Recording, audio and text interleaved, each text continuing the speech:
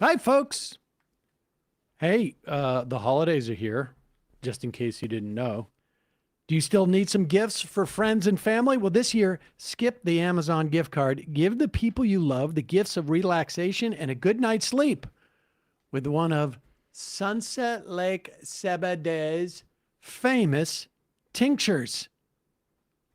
Using one of these tinctures is as easy as screwing off the cap and placing a few drops in your eggnog.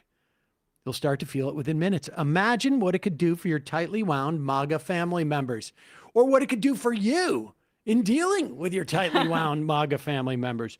Right now, you can save 35%. 35% if you head to sunsetlakesabadee.com and use the code WINTER25.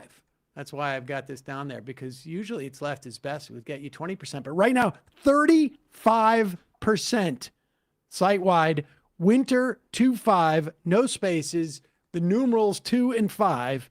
I am a big Sunset Lake Zebedee tincture. I use the Goodnight oil every night, a couple of drops under my tongue.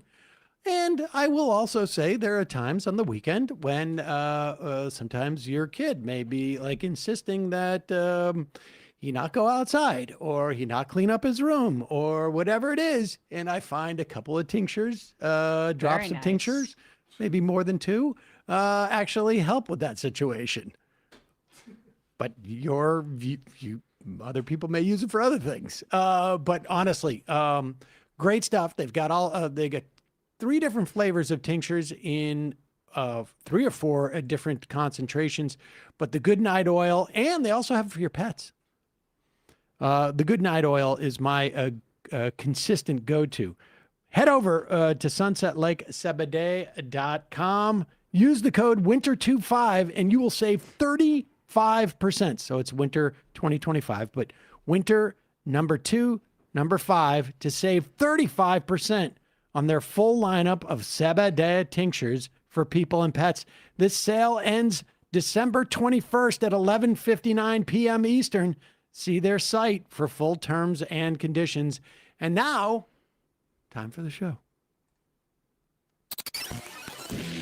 The Majority Report with Sam Seder. The destiny of America is always safer in the hands of the people than in the conference rooms of any elite. Sam Seder. They are unanimous in their hate for me, and I welcome their hatred. We must guard against the acquisition of unwarranted influence, whether sought or unsought, by the military-industrial complex. The Majority Report with Sam Seder.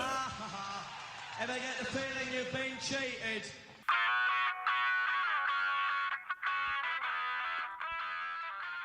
It is Tuesday, December 16th, 2025. My name is Sam Seder. This is the 5-time award-winning Majority Report.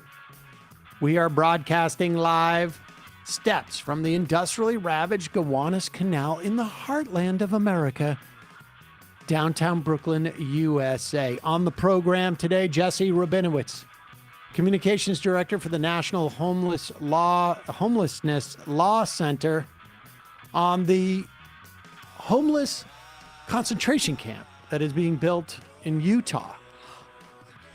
Then on the program, Abdul El-Sayed, Senate candidate running in the Michigan Democratic primary.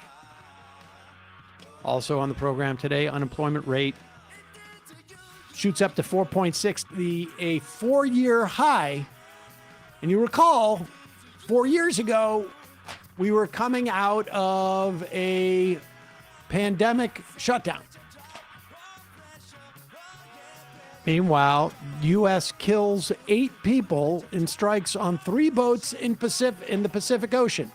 Who was on those boats? Who knows? Senate trying to forge a 2-year extension of the Affordable Care Act subsidies. The House going to take a vote tomorrow on something completely different and useless.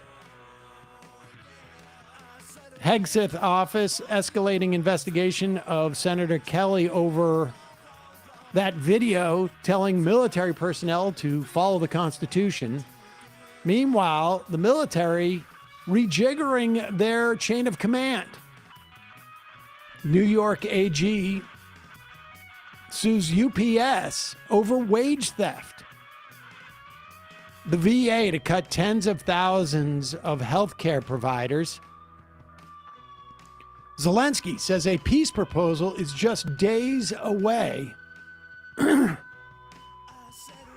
FBI still yet to find a suspect in the Brown shooting. Good job, Kash Patel. Andrew Cuomo charges New York State taxpayers another $1.3 million in defense of his sexual harassment suits. The number's now over 20 million. And Florida puts a nationwide execution rate to a 15-year high. All this and more on today's Majority Report. Welcome, ladies and gentlemen. It is Newsday Tuesday. And I'm about to appear on screen in just a second. There we are. Newsday Tuesday. Hello. Yes, indeed. We have a lot to get to, and we're also just like I guess. Well, no, tomorrow will be a week away from our final show of 2025, live show, anyways. Although we may, that's in January. So yeah. Yeah. Wow. We're getting close to the end of the year. And that means we are also only a week or so away from the ACA extensions, the subsidies ending. People are going to be hit with, tens of millions of people are going to be hit with 200%, 150%, 50%, 300%, 400% increases in their health care premiums.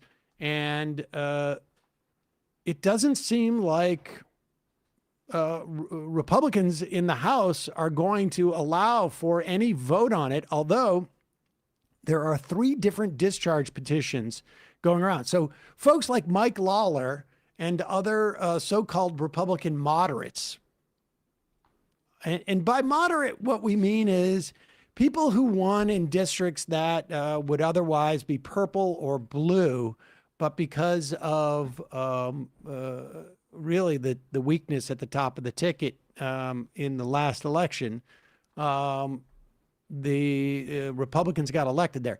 They're not by in any really sort of sense of the word moderates. It's not like they're voting any differently, particularly when it's crucial. So it's a silly thing to say in some respects. But let's turn to the economy. We finally got some numbers, unemployment numbers, because of the government shutdown, which incidentally, we could be heading towards another one in January. These numbers also include the government workers who have been on paid leave, in some instances up to like 7 or 8 months.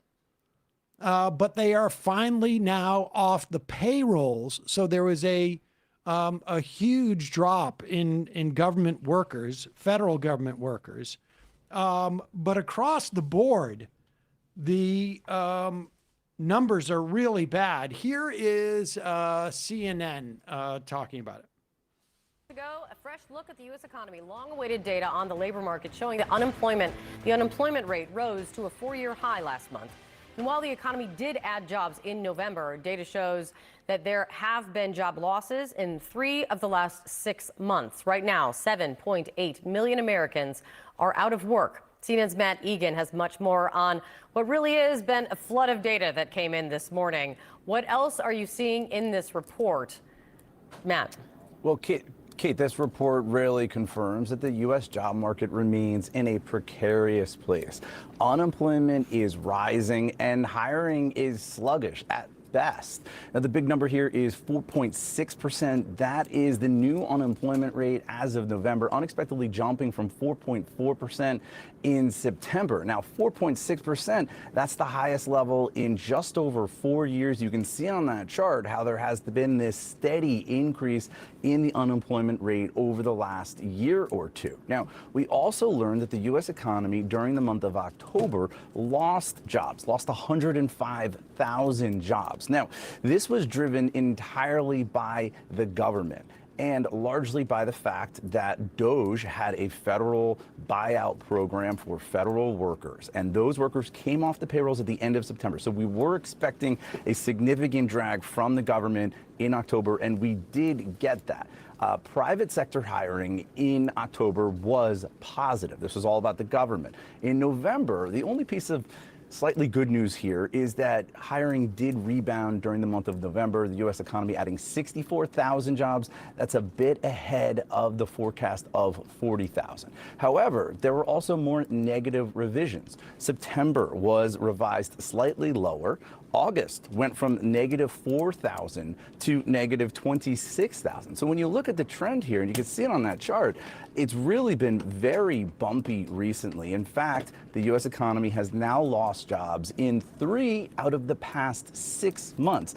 That's after going more than 4 years without any months of job loss. In fact, when you look at the year-to-date average, it's about 55,000 jobs per month that the U.S. economy has added this year. That's very low. In fact, that's the lowest since 2020 during the COVID-19 pandemic. And before that, you have to go back to 2009. So on track for a very weak year of. That's awful. Just to give you some context, 2009 was after the financial crash, and it was known as the Great Recession. 2020 was when there was lockdowns in a significant portion of the country because of the pandemic. And those numbers, I just want to say in November, because the Fed Chair Jay Powell said that those job numbers, the 64,000 added, could be overestimated by as much as 60,000 a month.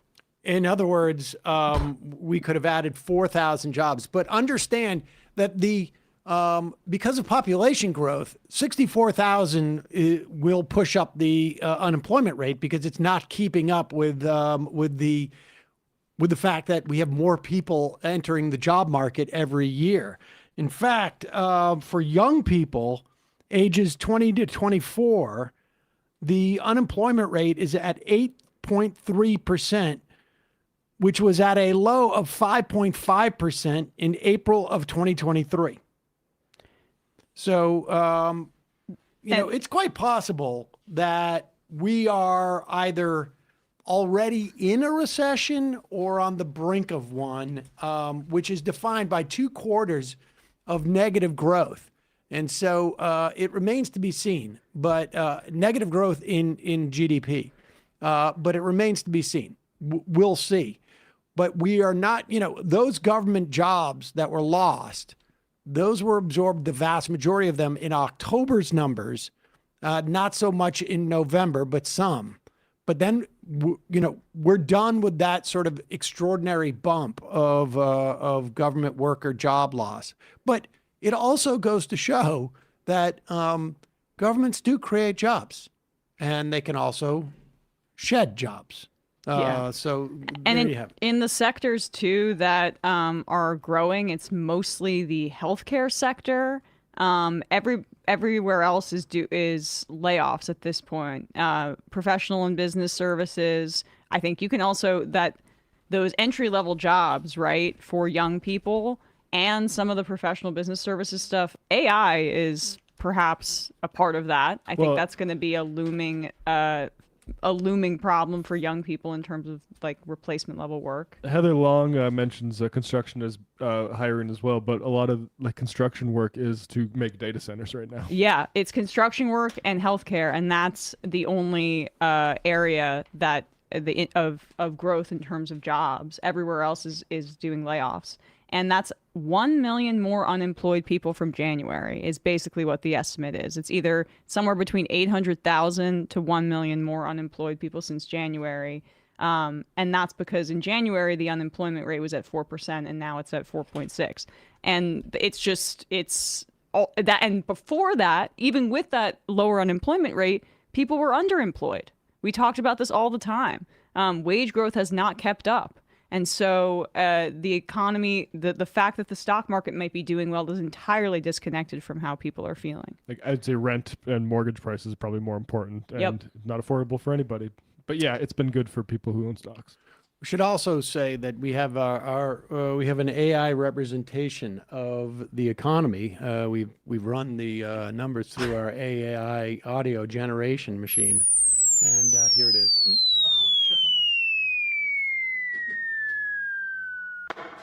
That was it. Wow. The entire building's electricity bill just went up $100 a month. Exactly, to develop that. In a moment, we're going to be talking to Jesse Rabinowitz, Communications Director for the National Homelessness Law Center, on this. It was a Time story on this about the Utah, essentially, like, warehouse for homeless people outside of Salt Lake City. We'll be talking to him about that. And then after that, Abdul El-Sayed running for Senate in the Michigan Democratic primary. First, couple words from our sponsors. Delete Me is one of those products that I was using for years. I'd say close to 10 or 11 years now, before they approached us to sponsor the program. Same here, by the way. And the reason for that is because we work in a public-facing job where some people want to dox us, and Delete Me is easy, quick, and it's a safe way to remove your personal data online, particularly now when there's enough, sort of a rancor that might be a good idea to do so. But it's also when surveillance and data breaches are common enough to make everybody vulnerable. Delete Me is a super easy service to use. You go in, you give in your email, you tell them what kind of information you want to be removed, your addresses, your past addresses, your family relationships. You would be amazed. Maybe some of you have done this. Go to a data broker site and search yourself. You'll have to pay like $5 or something like that.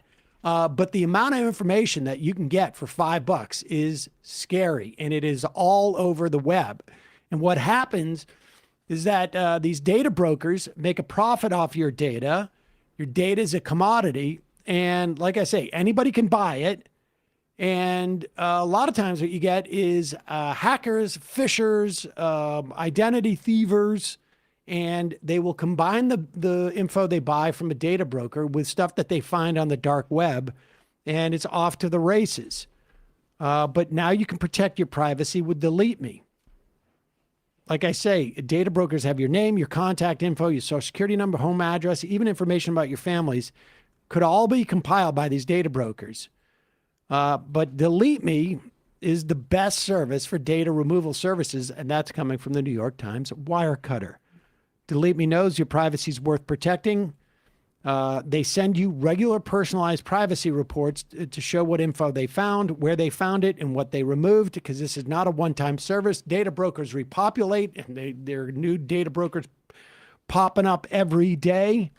Delete Me is always working for you, constantly monitoring and removing the personal information you don't want on the internet. Thanks to Delete Me for sponsoring the Majority Report.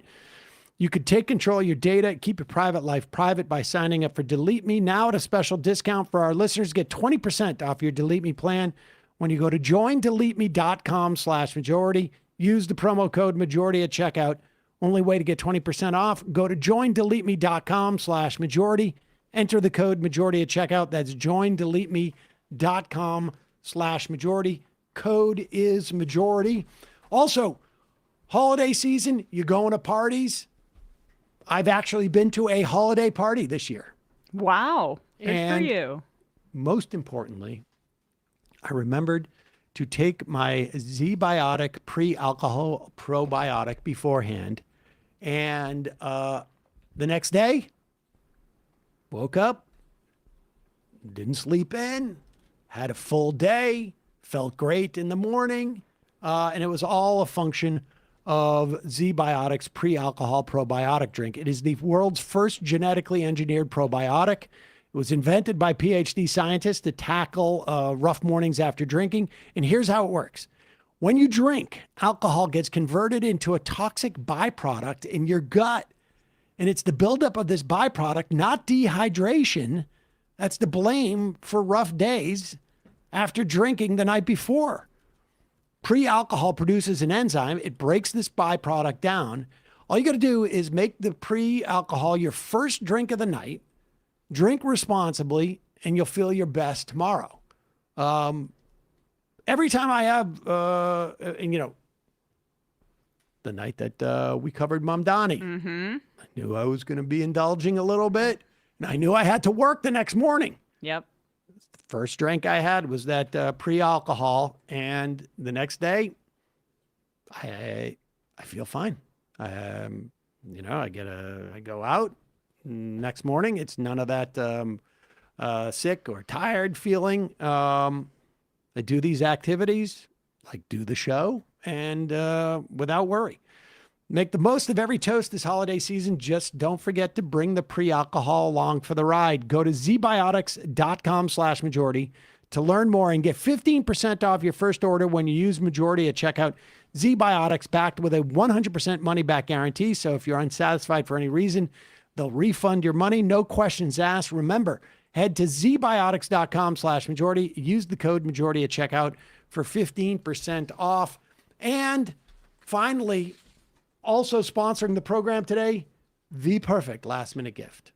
The perfect last-minute gift. You have screwed up. You haven't bought your parents a gift.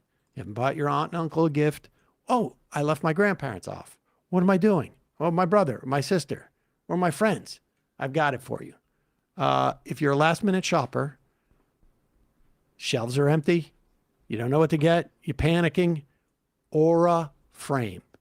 What is an Aura Frame? It is a digital frame that gives you unlimited photo and video storage. You can fill it up with a great app on your phone. And here's the key.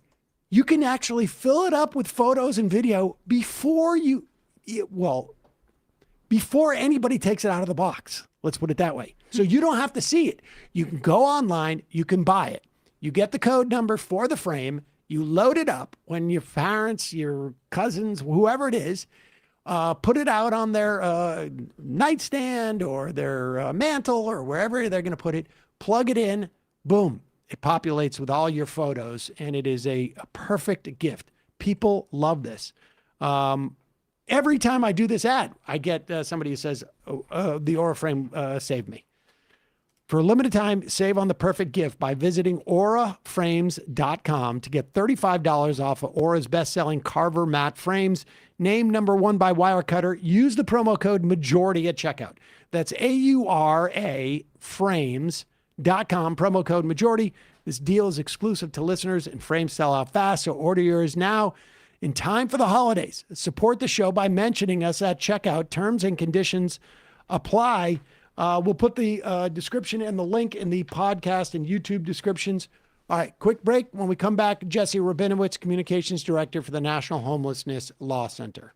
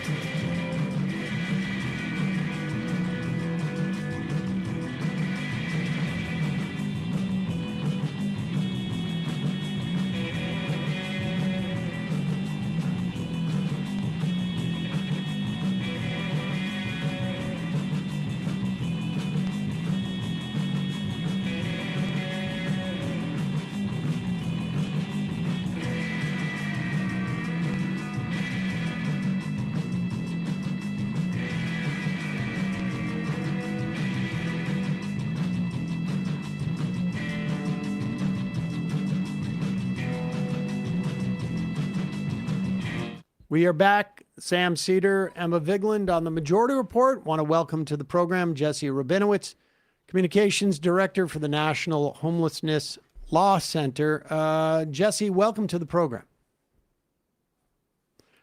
Jesse, so I've read this story about I don't know what to call it, a camp outside of Salt Lake City.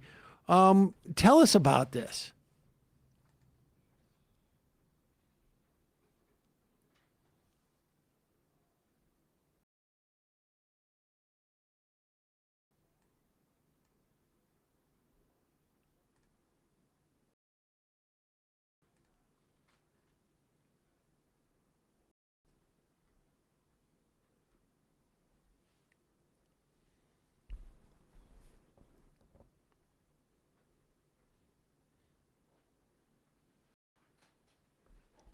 Well, hold on for 1 second. I'm sorry. People cannot hear the guest. People cannot hear the guest. Okay. We're going to cut to break. We'll cut We to need break. to cut to a break. We're going to have to take this again.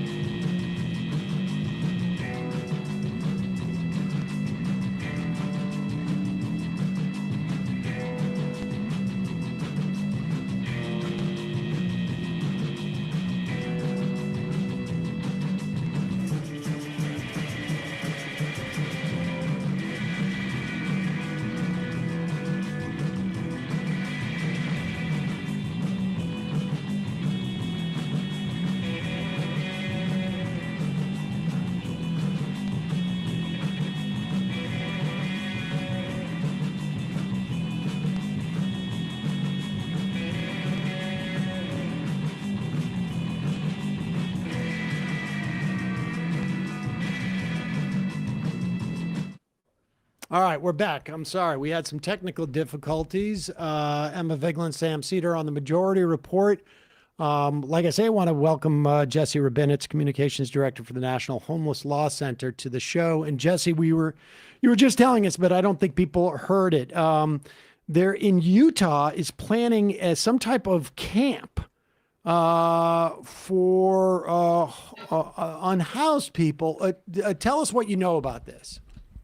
We know that this camp and this idea should send chills up everyone's spine. We should not have to be saying out loud that forcing people into a camp is a bad idea, but that is where we are yet again in this country.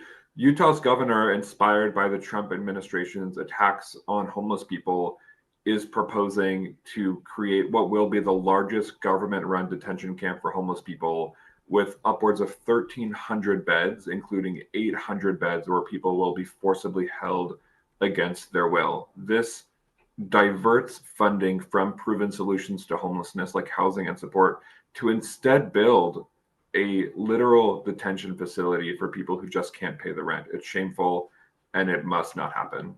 What is the authority to is this a jail? Like, what is the authority that Utah has to put people in a concentration camp? I love that question. So there is a growth of anti-homeless laws springing up around the country that largely stem from a billionaire-backed right-wing think tank called the Cicero Institute, which was founded by Palantir CEO Joe Lonsdale. And the Cicero Institute has been moderately effective in passing anti-homeless laws at the state level, including in Utah. So Utah has a law on the books, thanks to these billionaires, that says it is illegal to sleep outside. So now what Utah is going to do is say your choice is either to go to jail or your choice is to go to a detention camp in the middle of nowhere. Those aren't real choices, and they don't solve homelessness. They make homelessness worse. I remember that name because it's so, egregiously libertarian sounding, the Cicero Institute.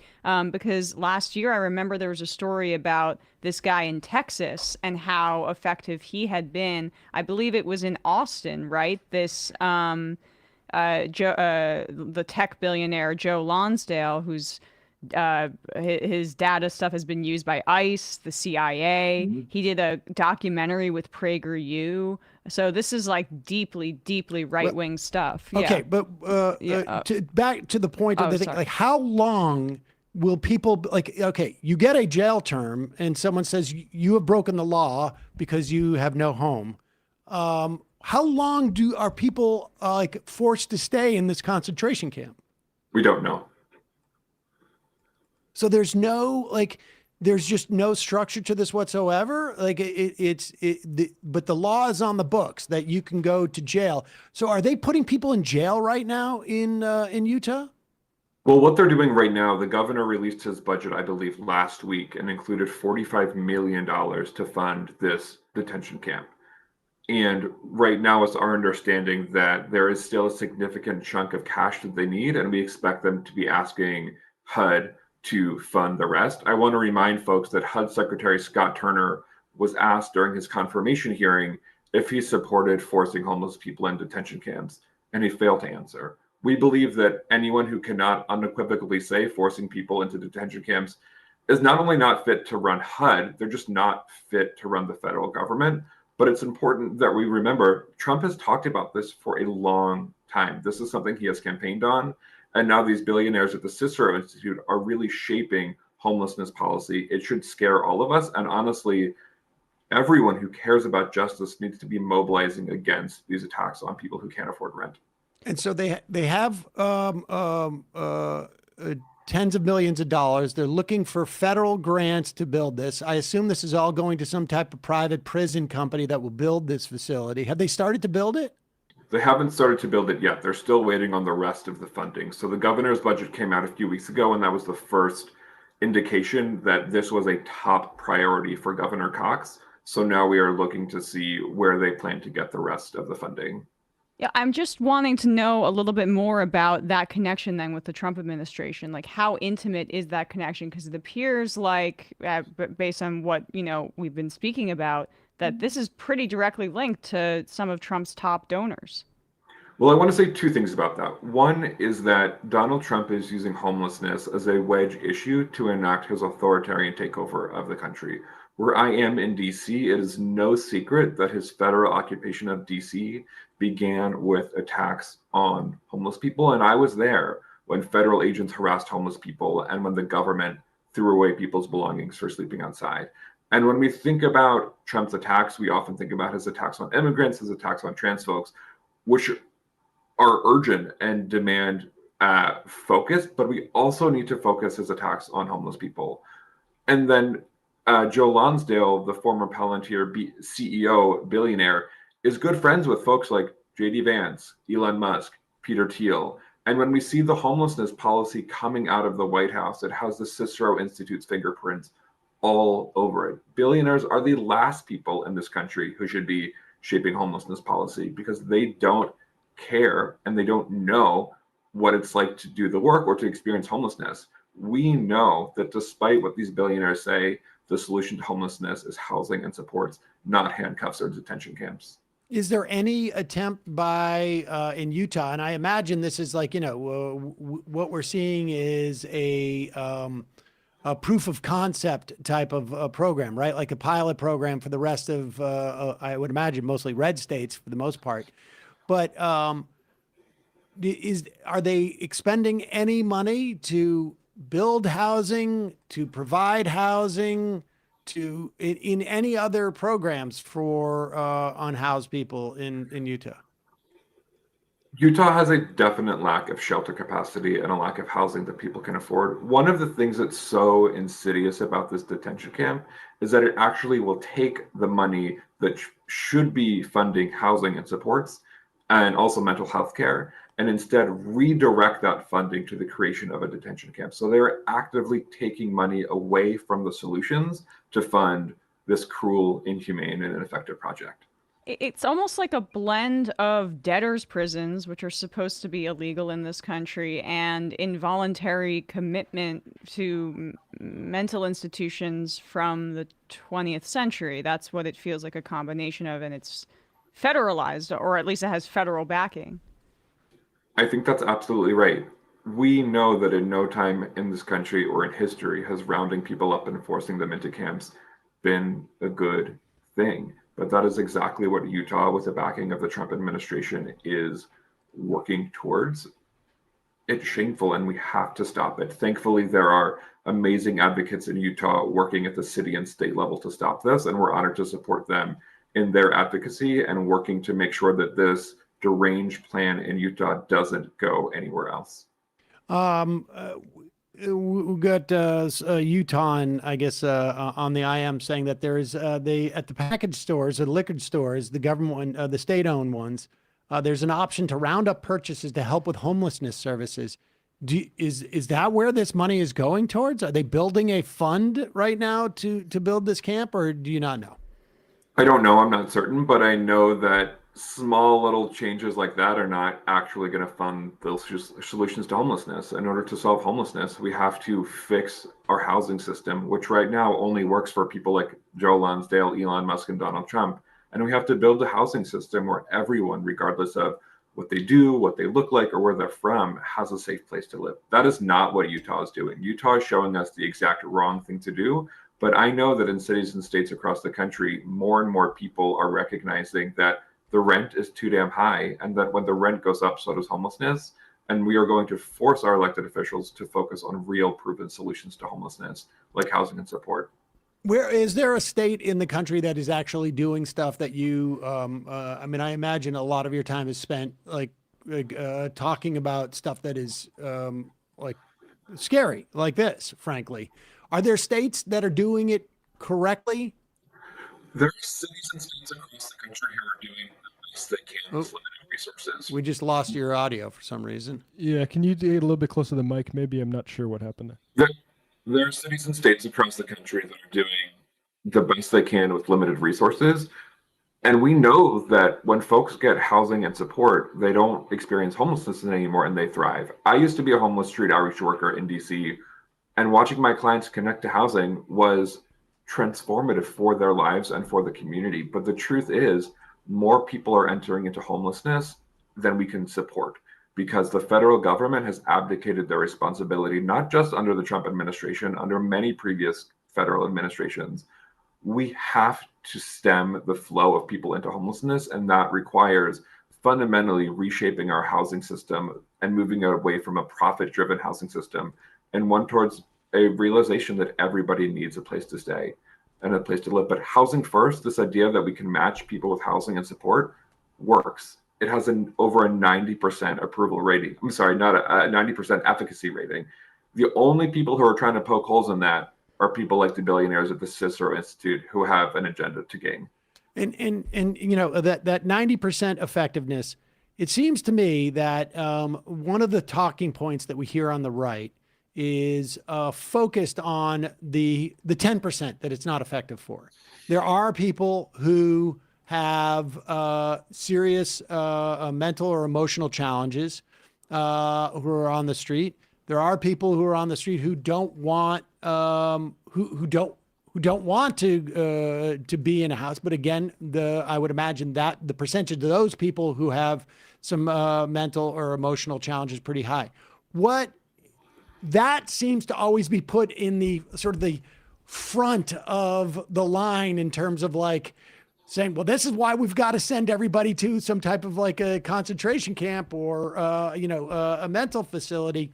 When in fact, about 90% of those people would, if you gave them the opportunity to live in a place, and they would, maybe even higher. But what do you do about those remaining things, or those folks, as a way of addressing what seems to be the big talking point on the right? Well, first, you don't throw the baby out with the bathwater. If you were on a lifeboat and there were 10 people in your lifeboat and there were 5 life rafts, 5 people drowned, 5 people survived, you wouldn't say the life vests don't work. You would say we need more of them. But right now, the right is trying to say, throw away all of the life vests. That won't work. Number two, stop making homelessness worse. Stop cutting budgets that force people into homelessness or force people who were homeless and now stably housed back into homelessness. Stop passing laws like these aggressive anti-homeless laws that we've seen spread across the country since the grants pass ruling about 17 months ago. But everyone needs a place to live, and a place to live is the foundation for getting your health back on track, finding employment, reconnecting with your loved ones. And we know that getting someone in housing first and then surrounding them with the wraparound resources that they want and need works time and time again. We also know that most people who have a mental health issue or a drug use issue will never be homeless.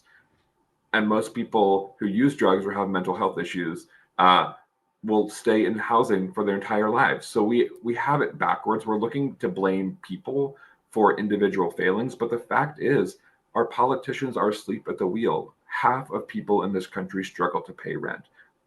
Housing is too expensive. Healthcare is too expensive. Food is too expensive.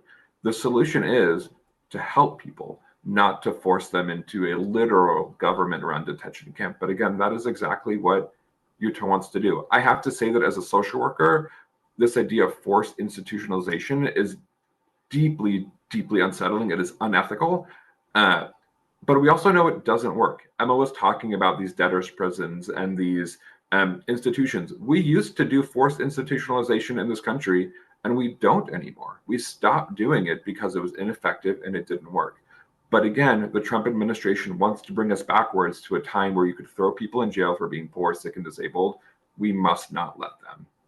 Jesse Rabinowitz, Communications Director for the National Homelessness Law Center. We'll put a link to that organization. Folks want to help your work. Really appreciate you coming on today. Thank you. Thanks so much. All right, folks, we're going to take a quick break. We'll be right back with Abdul El-Sayed, a Senate candidate running in the Michigan Democratic primary. We'll be right back after this.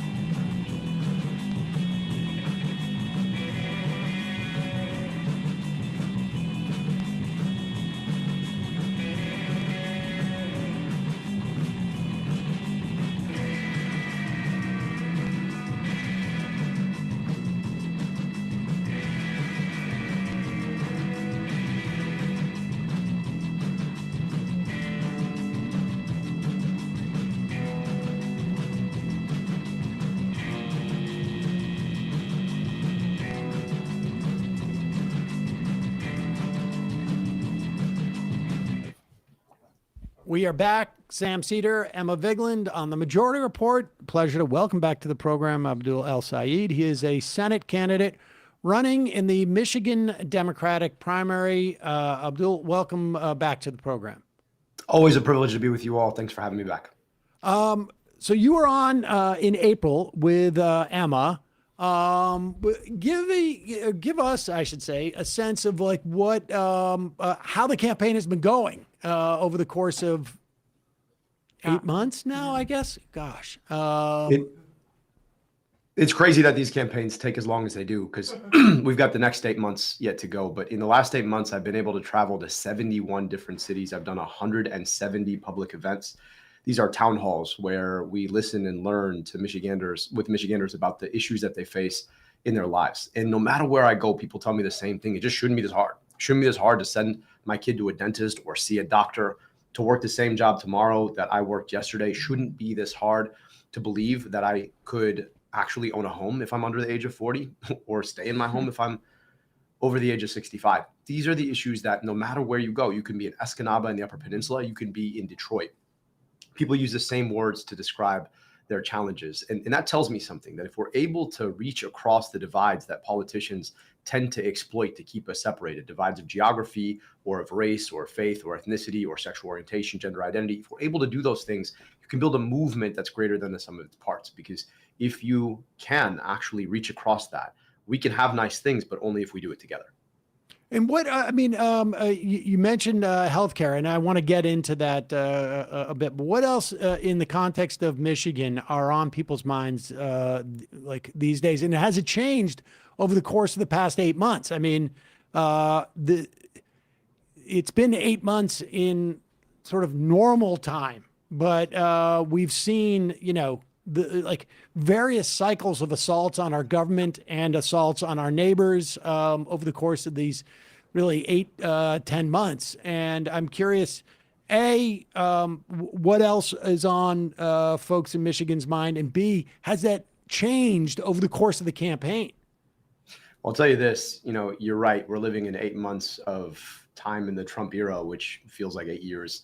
And I think the issue, though, is that it's the same problem, different manifestations. I mean, one of the things that folks will talk a lot about right now is the way that our current utility is cutting corners when it comes to deals that they've made around data centers. And look, I think there are opportunities for really great union jobs with data centers, but that has to come with a level of public accountability. And when your local utility that's been raising your rates every single cycle, every single year on you, now comes and says that they're going to take on this new client that is going to increase their output by 65%, and you lose your electricity 2 or 3 times a year for 3 or 4 days every time, you're going to look askance at that. And when they tell you that they want to do that without actually having to have public hearings, you start to realize that there's something afoot. But DTE, which is our utility here in Southeast Michigan, they're the biggest single spender in Michigan politics. I said something when I ran back in 2018 that has been so true since. Donald Trump is not himself the disease of our politics. He's just the worst symptom of the disease. And the disease is the way that corporations like DTE can buy up politicians to do their bidding. And this is just another example. It's the newest iteration of the same old problem. Obviously, we've been talking about healthcare quite a bit because we're watching as people's premiums are about to skyrocket. Now, ask yourself why that is. That's because big corporations, we've ceded our healthcare system to them. And of course, they put profits first. And so these are the companies that are raising the price of healthcare on us. And we have to remember that their CEOs are still going to get paid $10, $20 million a year as they raise those prices. Let's talk about specifically a single payer and the model that you are supportive of. Tell us about that model.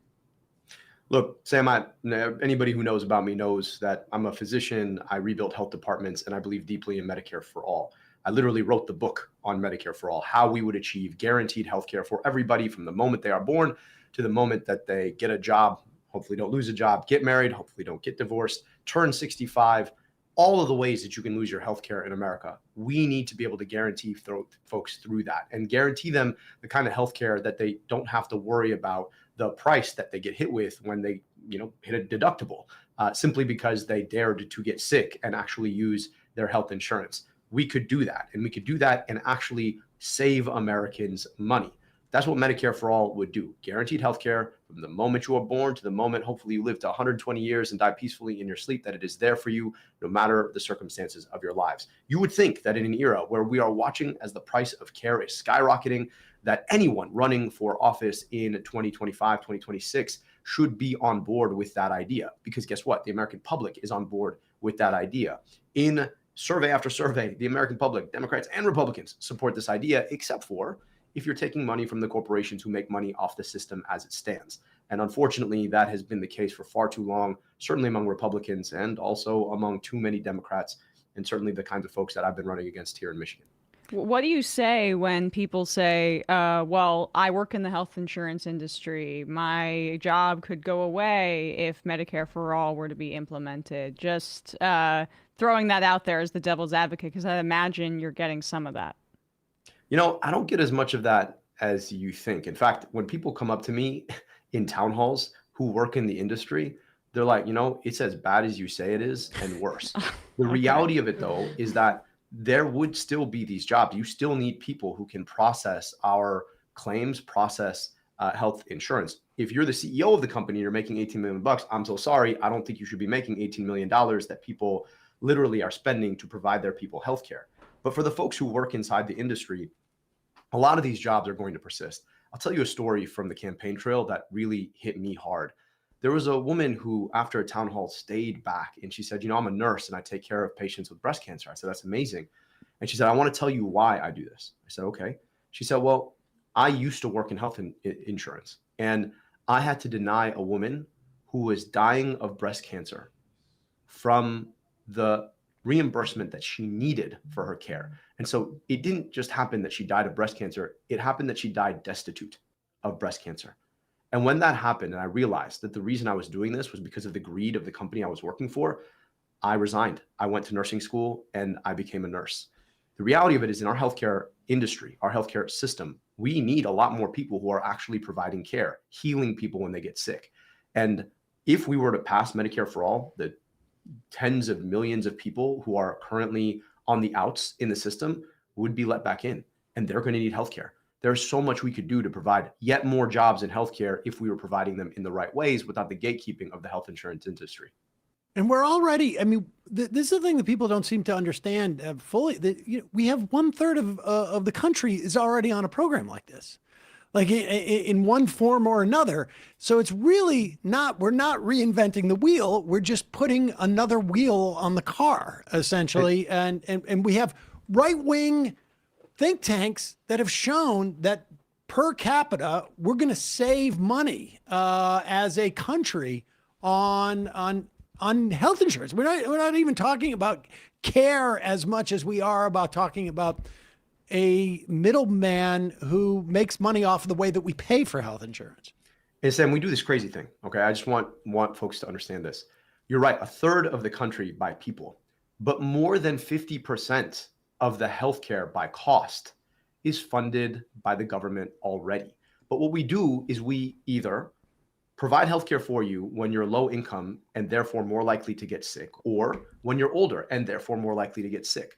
But when you're younger and could invest more in that public system so that it would benefit everybody, we allow you or force you into this private system so that corporations can make more money. The whole thing, right, is a system that is built around maximizing the profits of a very few number of very large corporations that are extremely powerful and use their money to sustain the system rather than to provide healthcare for all of us. I did this video quite recently. We went to Canada and spoke to folks about medical debt, right? And I said, well, you're our neighbors. Tell us how you handle your medical debt. And of course, none of them have medical debt because that's not a thing that happens in Canada. And I'll just tell you this. They live 2 years longer on average than we do. They spend only about 60% as much as we do. And in survey after survey, they're happier than we are. The difference, a few huge corporations make a lot more money in America and a lot of people go without healthcare than in Canada. We could have that if we had the political will to actually act in what's right for people, but the corporations spend too much money buying off politicians to make sure that those politicians will never actually act that way. Do you think that the forces against doing something like a single payer system are just the insurance companies? Is it like where because we have insurance companies, but they're a big business, but they're not that big. I mean, it's almost like you could almost pay them off and still like deal with it. You have medical providers who are able to charge in some instances, like, sort of exorbitant rates because they have the advantage of maybe, not having a coherent system that measures what best practices might be. I buy a CAT scan and all of a sudden it's like, well, you got a cough? Let's put you in the CAT scan. I mean, there's a little bit of an exaggeration, but not exactly. Or is it also just sort of like, broadly speaking, large corporations want the control over their workers that making the workers dependent upon them for healthcare provides? Sam, I think it's some of all of that, but I do want to talk a little bit about some of the numbers here because they're quite staggering. If you look at the amount of money spent by corporations, by industry on lobbying, the number one biggest spender is the pharmaceutical industry.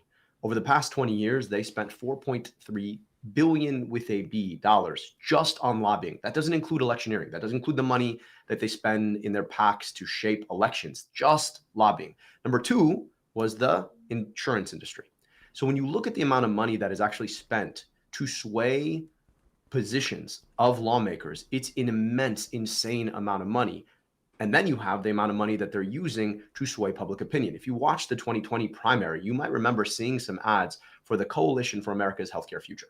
This was a group funded by pharma and health insurance and big hospitals that came together to try and dissuade people from supporting Medicare for all or candidates who supported Medicare for all in the 2020 cycle. So this is about the profits of a few very, very big, very, very powerful industries. Now, look, other folks benefit from this, but you really got to lay the blame at the kind of corporate greed and the way that corporate greed can cross into our politics in a way that has left us bereft of healthcare options that people can afford. I'm going to play a video for you. Now, this may be unfair. It is one of the people that you're running against.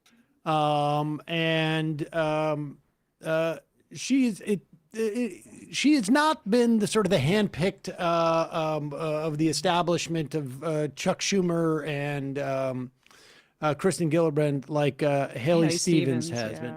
And I will cop to not knowing that much about her then or now, but I saw this video a couple of months ago and it drove me absolutely crazy. It was so disingenuous. I couldn't believe it. And I don't want to sandbag you with this, but I want to play this clip of her describing why you wouldn't want single payer healthcare. And it's astonishing to me because 3 months later, we're going to I don't know how many millions of people are going to end up losing their healthcare, if not paying 4 times more for it under the Affordable Care Act, which is, a private healthcare system, essentially, with just subsidies. But here is Mallory McMurrow. I'm not sure where the location was. Was it some type of rally? Or, campaign event. Campaign event. Yeah. Now, I said it the way that I said it because some people conflate Medicare for all with universal health care. But Medicare for all, when it's actually defined, is one singular government-run healthcare system that we are all on. Now, I want you to imagine what that would look like with Donald Trump and RFK Jr. at the head of it. You have this man who just last week held a conference saying that anybody who has been circumcised probably has autism because they probably took Tylenol. This is a man who decapitated a whale and dropped a dead bear off in Central Park, who works out. So I don't know. The comedy bit is funny, but she's not really addressing the issue. What are the implications? I mean, we now have a completely disjointed system. We have, like we say, 1/3 of our country, Medicaid, Medicare, VA obviously getting government, like delivered healthcare. Medicare and Medicaid are government insurers of healthcare. But Donald Trump has been able to mess this up quite a bit. Kennedy's been able to mess this up quite a bit. The thing that they're afraid of is messing with Medicare because there's a mass of people there who are going to be like, hey, wait a second. So, but I would like to get your sense of that perspective. I can't imagine she actually believes that. Well, it's disappointing to see a Democrat running on that in 2025. It's somewhat astounding. I do want to fact check something and then speak to the broader implication. Medicare for all is not one government health system. Medicare for all wouldn't actually provide you health care. It's one government health insurance system so that it would pay for your care, kind of like Medicare. That's why we say Medicare for all. And then I want you to think about the logic underneath that. Like, it's a crazy thing because you could use the same logic to justify not ever having passed Medicare in the first place, or Medicaid, or Social Security, or frankly, anything else government does. And is wild as Democrats, who are the people who are supposed to believe that government can be a part of solving a number of problems for all of us when we think about what the public good can be, to then run on that kind of a logic. But then ask yourself why people like Donald Trump get elected in the first place. It's because people like Democrats run away from their ideals. I mean, the biggest challenge we have is that Donald Trump is very clear about what he believes in. You know, when you ask people about what Donald Trump's about, he's got a very clear narrative. If you're out of a job, it's because an immigrant took your job. If you're out of healthcare, it's because immigrants took your healthcare. If you're out of a home, because an immigrant took your home.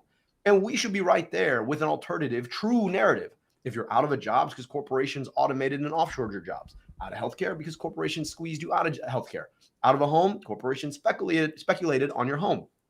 But we don't do that. We sit here with lists of options that mean nothing, and then we wonder why we don't win elections, right? Because if you run against the big ugly bear and you have an alternative against the big ugly bear, then what are you actually doing? And so the reason we lose in the first place, the reason people like Donald Trump end up taking power and destroying a lot of these programs is because we're unwilling to actually state what we're for. And so if you are sitting in 2025 running an election campaign against what government can do, then my question is, why don't you just go join the other party? You could tear it apart if you want to.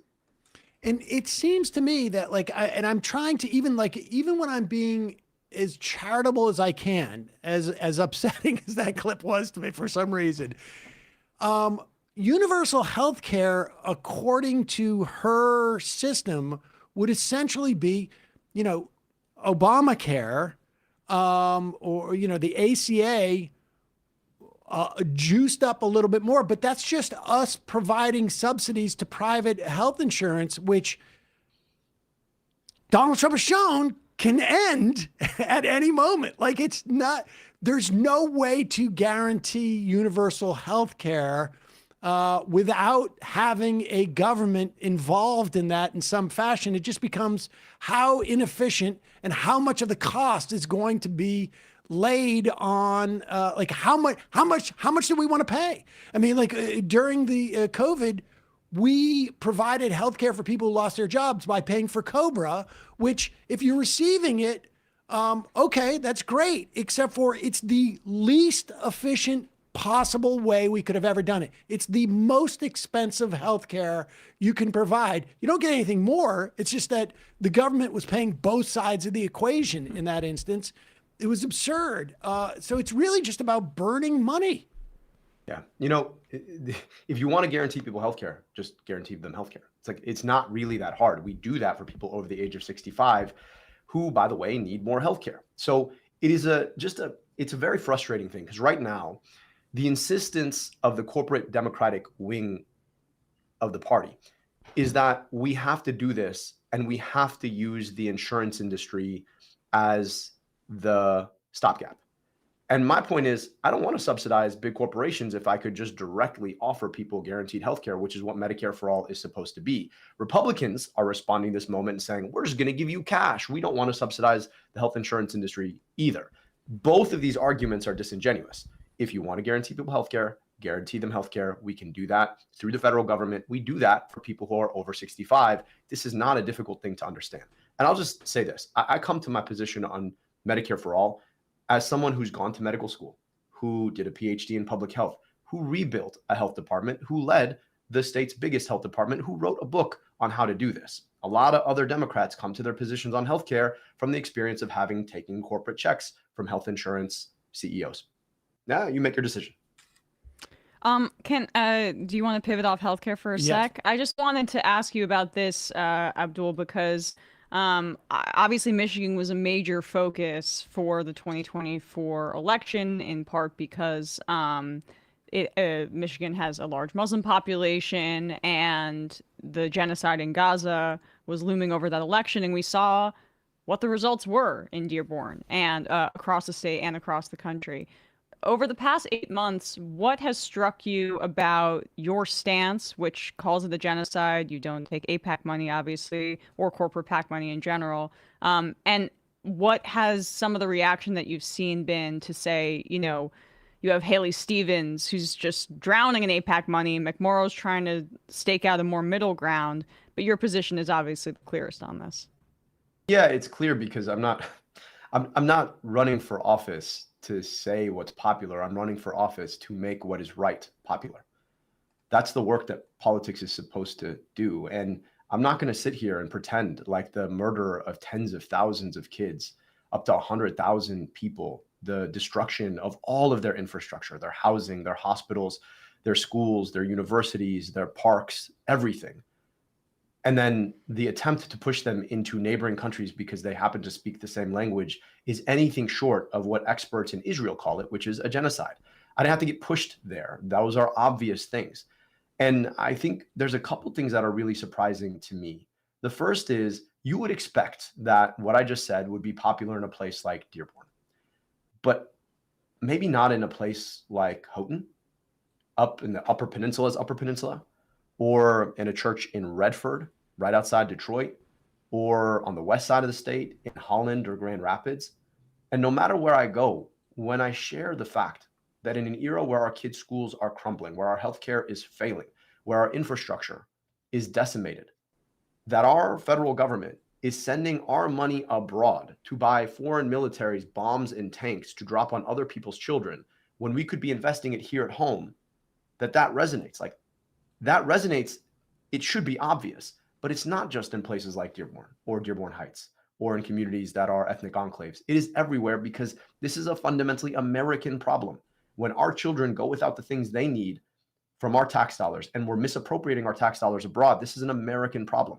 And I'll just tell you this, it's a wild thing. There's a certain hubris that American policymakers have about believing they get to dictate how other people come to their ultimate peace. That's not my job. I'm not running for senator from Tel Aviv or Gaza. I'm running for senator from Michigan. And as a senator in Michigan, I want Michigan tax dollars spent on kids and adults in Michigan. That shouldn't be a hard thing to say. Now, when folks are bending themselves into pretzels to avoid saying the obvious thing because they're worried about whether or not they're going to receive funding from a special interest funded by MAGA billionaires, or they're going to get spent against, at some point you have to ask whether or not they pass the basic moral litmus test of our time. Can you call the murder of tens of thousands of kids a genocide? Like, it's not that hard. And so, the fact that it's resonating across my state to me was initially surprising, but when you step back and think about it, it should be really obvious. And I do hope that it gives heart to a lot of other folks running for office right now, because if your goal is just to get elected, then ask yourself what you're going to do when you get that big old office and you sit there and now you're tied into knots and can't do the obvious thing that you said you wanted to do. What's the point? The goal here is not just to get a job. The goal here is to govern according to the truth. And so if you can't get elected saying the truth, then ask yourself whether or not you want to get elected at all. I want to ask you too about the filibuster, because there's a lot of sort of like, there's several, I should say, candidates running in primaries who've come out, Senate candidates who've come out and said they're against or they would vote to repeal the filibuster. I can't imagine it's a huge issue on the trail, but you tell me. I mean, are there a significant amount of, like, I wouldn't imagine it would be, but part of that is a function of, like, I don't think that people realize what the filibuster does in terms of hiding senators' positions from their constituents. It comes up a lot more often than you'd think. Right now we are in a moment where democracy feels like it might be on its deathbed, but it's been sick for a very long time. And it's been sick for a very long time because we've allowed corporations to come in and truck the basic interests of everyday people. And one of the tools that they use is the filibuster, because you're right. If one senator can withhold an entire body from having to vote on legislation, all of the other senators can hide behind that one U.S. senator. So at that point, it serves to, in effect, shield senators' real interests from their voters. And I just think that's anti-democratic and it's wrong. And so it's part of what has put democracy on its deathbed. And it's one of the more dangerous parts, because at the end of the day, right now, we're in a situation where we're talking about, will I be able to vote in 2026? Am I able to actually say what I believe in a country that's supposed to protect my freedom of speech? But like, we got here through a whole process of everyday people not being able to afford the basic needs of their lives, not be able to afford housing, not be able to afford groceries, not be able to get the healthcare they need, not be able to send their kids to a dentist. And the fact that our democratic process hasn't been able to solve these problems for people itself has been the illness of our democracy. And the filibuster is part of that. So it comes up a lot more than you would think. But it's important for folks, I think, to connect the dots on the way that you can't afford your meat at the grocery store because a few huge meat packers dominate the industry and they're able to hide behind the filibuster to do anything to actually regulate it. And that plays itself out in almost every aspect of our lives. Abdul El-Sayed, if there are folks in Michigan who want to help you in this run for the Democratic primary, or frankly, around the country who want to help you, what should they do? I hope folks will go to abdulforsenate.com. I hope they'll follow us on socials at Abdul El-Sayed. I hope that you'll share our stuff and you'll build up these conversations. And look, if you can give us a couple bucks, I'd really appreciate that. I don't take corporate money. I never have. I never will. Our utility and our health insurance companies spent hundreds of thousands of dollars to beat me the last time I ran for governor. And I wear that as a badge of honor. But if you don't want bad people's money, you got to take good people's money. So if folks can support us, chip us off $5, $10, or sign up to volunteer, we are going to be building a community of people coming together to change our politics across the state through the next year. I hope that you'll come join us, abdulforsenate.com. I deeply appreciate the opportunity to be with you all today. All right. Well, we will link to abdulforsenate.com. Abdul El-Sayed, thank you so much for your time today. Really appreciate it. Thank you all for having me. Thanks, Abdul. All right, we're going to take a quick break and head into the fun half of the program. I will say, I mean, we've got 2 dynamite Senate candidates, I think, in the country right now. A few. There's, I think, Julie in Colorado. I need to look that up. Yeah. Senadora. I need to look up her, but I saw her announce a week ago. There's a couple. There is a world that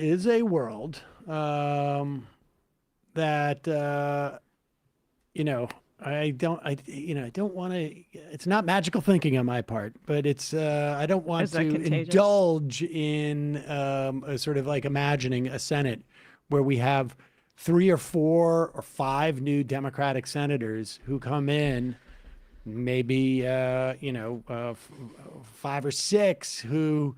1 or 2 that, have returned to the Senate. And all of a sudden we can actually do away with the filibuster and we can have, half the caucus be genuinely committed to the idea of a Medicare for all. That would be awesome. Yep. Krusty Gnome says, yes, 2 dynamite candidates, Haley Stevens and Seth Moulton. Go Bills. I guess, yeah, God. Peggy Flanagan is the 3rd one, I would say, too. I didn't realize she supported Medicare for all. Sorry, I'm stepping on the bit, but I just wanted to give a shout out to Flanagan as well in Minnesota. Also, let's say this on the free show. Silly Science People says, thanks to the Majority Report Discord, you can go to icerrt.com and find your closest rapid response team, as well as legal services for those dealing with deportation and protest groups still under construction, but functional. That is awesome. Did folks on the Discord set that up? Oh, that is awesome. That would be great if it was a function of the Discord. That would be fantastic. I mean, it's great that it exists anyways, but that would be really exciting. We're going to put a link to that. ICE RRT for ICE Rapid Response Teams. Awesome. Really awesome. You can find your local team. You can search by state or county or city. That's fantastic. Gosh, that makes me very, very happy. Oh, that's great. Thank you so much for doing that. Also, somebody saying that 2 Mondays this month have the wrong YouTube links for members. But folks, it's your support that makes this show possible. Where are those links? Are they in the? Can the person just follow up if they're in the fans description? Come on, you got to find it. It's not, it can't be too easy for you. It's like an escape room. It's like I do feel that we escaped to before the election. in that he's trapped. Yes. Folks, it's your support that makes this show possible. You can become a member at jointhemajorityreport.com. When you do, you not only get the free show free of commercials, but you get the fun half as well. And you can IM us with all sorts of like cryptic messages that we need to figure out, which is what we do for fun around here. After the show, Monday, Wednesday, and Friday nights, we all get together we have a little dinner, a little fondue sometimes, and then we just try and decipher. It's our gaming night. We don't spend time with any other people. Nope, that's it. That's it. Also, Just Coffee. You missed the big discount they're having, but you can still get 10% off with the coupon code majority. That is justcoffee.coop. Justcoffee.coop. Use the coupon code majority, get 10% off. And we still have max left. Somebody said they weren't beanies, that they're tucantamas or I don't know. They're hats. They're knit cap. They're beanies. Do you not know what we mean when we say beanie? Is it? Sorry. The real me came out. Brian's getting really caustic. I saw you're like, Brian's should I go for reach it? through the computer and beat you up for saying that. It was 6 months to Brian reach his limit for pedantry. This is it. As far as he's concerned, you're all his lieutenant now. You can head there and get some knit skull caps and beanies, max left. I mean, all sorts of gifts there at shop.majorityreportradio.com. Also, amquickie.com. 3 days a week, you get a free email in your inbox, 9 a.m. every morning, giving you the top stories of the day. And for a couple of bucks more, you get it 5 days a week or 20 plus days a month. You could think about it that way. Then you could also do the math and do the year. I can't do that.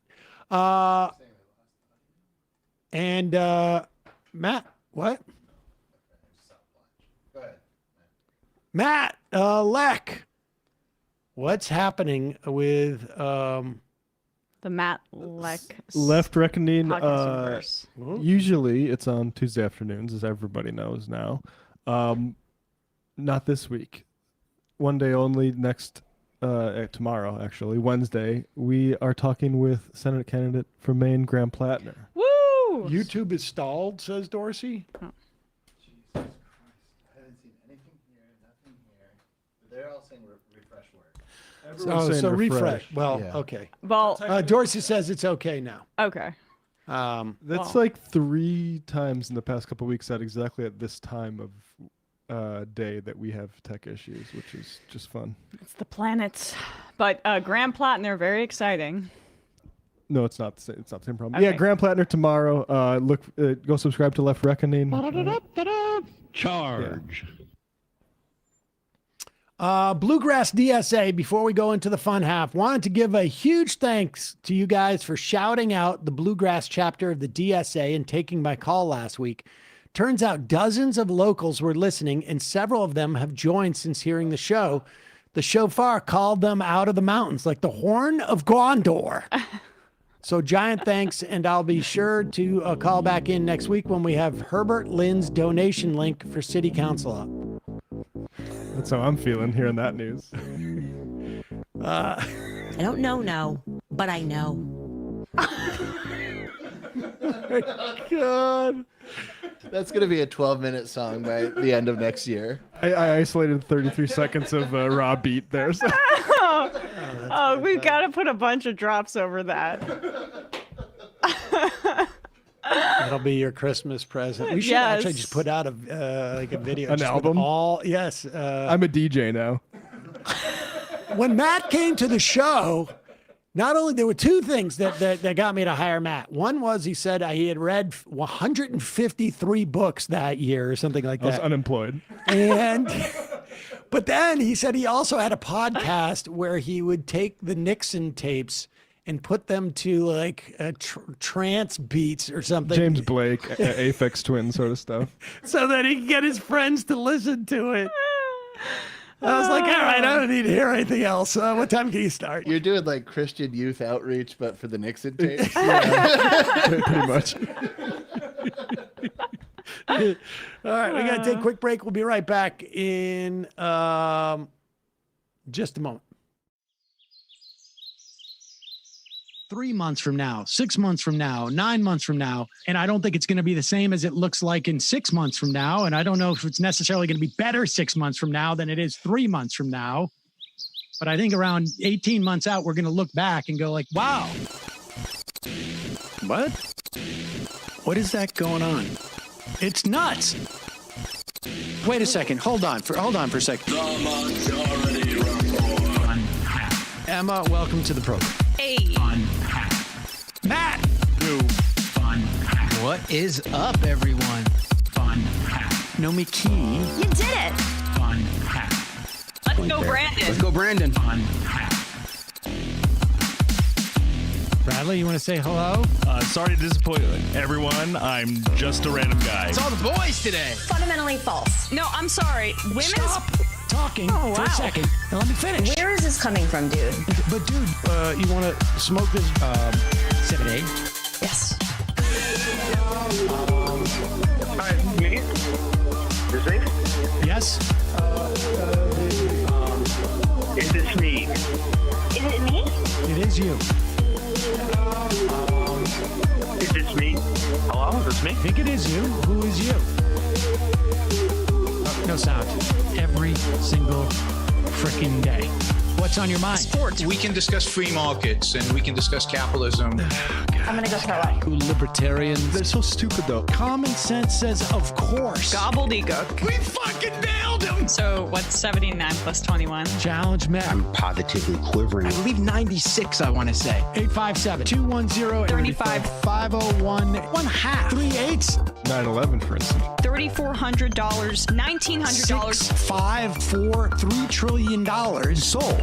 It's a zero-sum game. Actually, you're making me think less of it. But let me say this. Poop. You can call it satire. Sam goes with satire. On top of it all, Yeah. my favorite part about you is just like every day, all day, like everything you do. Without a doubt. Hey, buddy, we see you. All right, folks. It's just the week being weeded out, obviously. Yeah, sun's out, guns out. I don't know. But you should know. People just don't like to entertain ideas anymore. I have a question. Who cares? Our chat is enabled, folks. I love it. I do love that. Look, gotta jump. Gotta be quick. I gotta jump. I'm losing it, bro. 2 o'clock. We're already late, and the guy's being a dick. So screw him. Sent to a gulag? Outrageous. Like, what is wrong with you? Love you, bye. Love you. Bye-bye.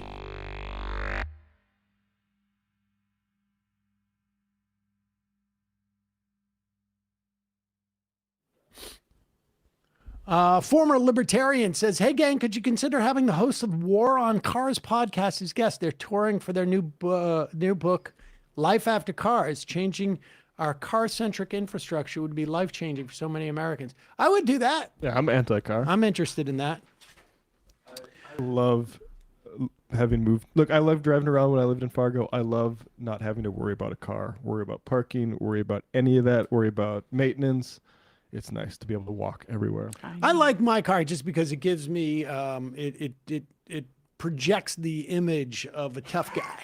Your Subaru? Yeah. We had a long conversation yesterday about how butched up my Subaru is. Yeah. Oh, nice. I'm gonna get you some truck nuts for your Subaru for Christmas. That'd be so funny. Truck nuts on a Subaru. Yeah.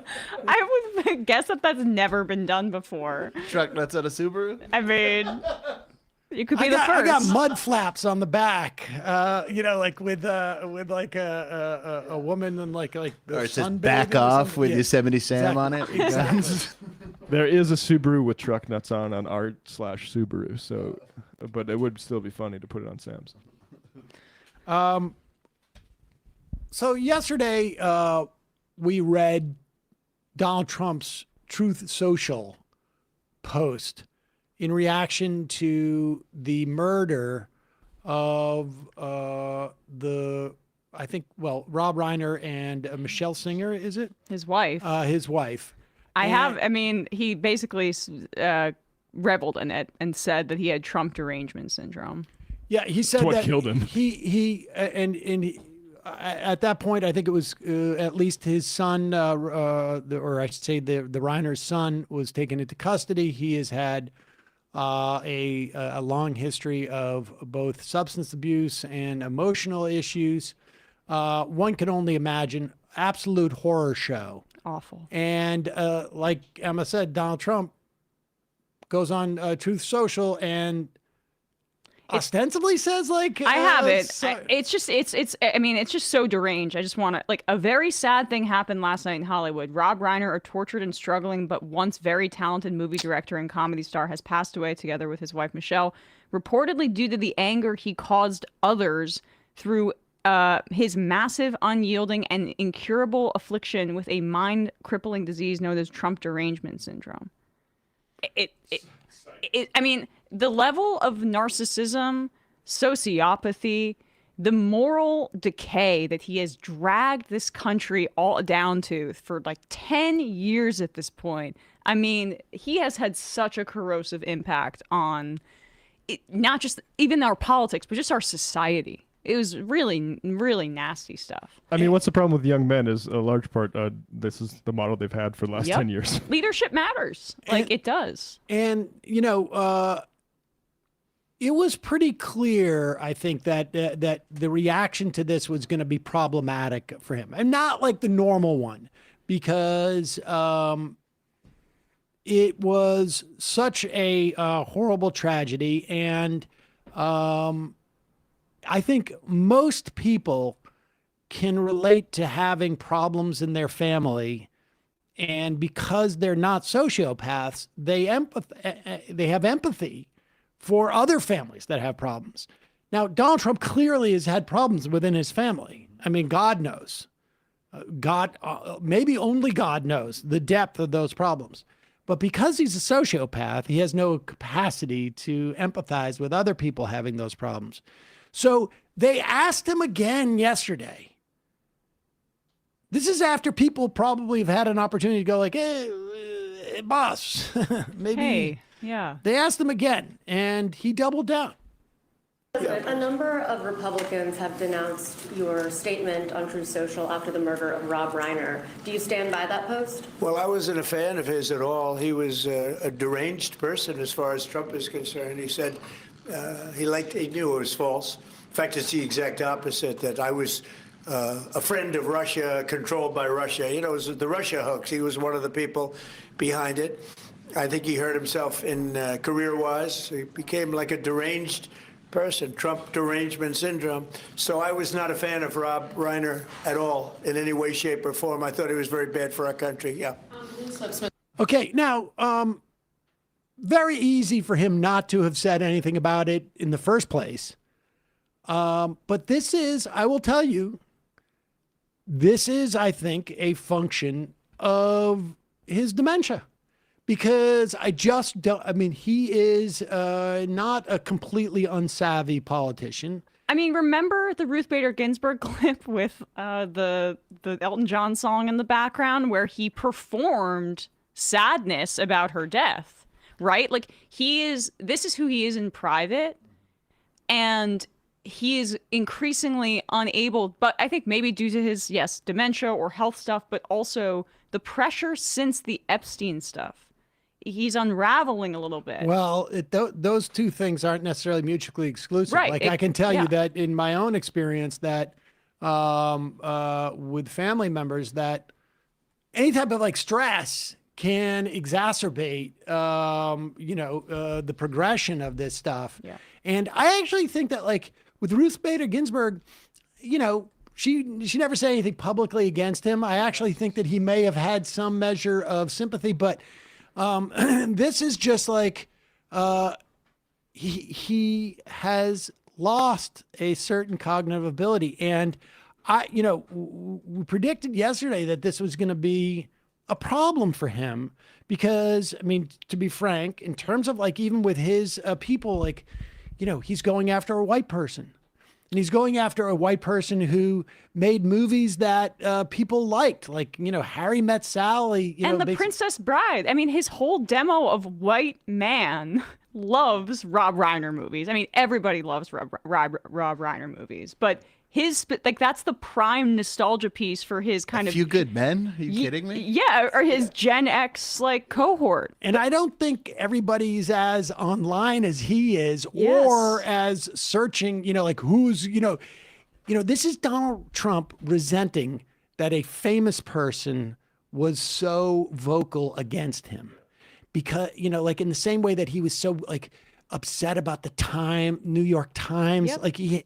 Rob Reiner, I think represented something in the culture that Trump it just stuck in his bonnet. But listen to the way that people, I mean, there are Reddit threads out there. I mean, there's a lot of evidence that the people, not to like the super hardcore MAGA, QAnon style people, but like the next cohort over, somewhere between his approval ratings at 36% right now. Yeah, it's probably we're hearing now from 6%, 6 or 10 of those points. Here is Emily Jasinski. She's got a call-in show on Sirius. And maybe she's filling in for Megyn she Kelly. could be filling in for Megyn Kelly, but here it is. Wrap-up shows are usually hosted by producers or somebody. Howard Stern had this too. Gotcha. Okay. So it's a conservative show, and they and got Megyn some Kelly calls. listeners, essentially. Yep. Jill in Indiana, you're on the Megyn Kelly wrap-up show. What's on your mind this afternoon? Hi, just sort of glomming on here, but it matters to me what Donald Trump said, and I'm deeply disappointed. If we value human life as Christians and Americans, then this stuff, it's indefensible to sort of gloat right after someone dies like that, just for having a difference of opinion. I'm very disappointed in President Trump. I voted for him 3 times.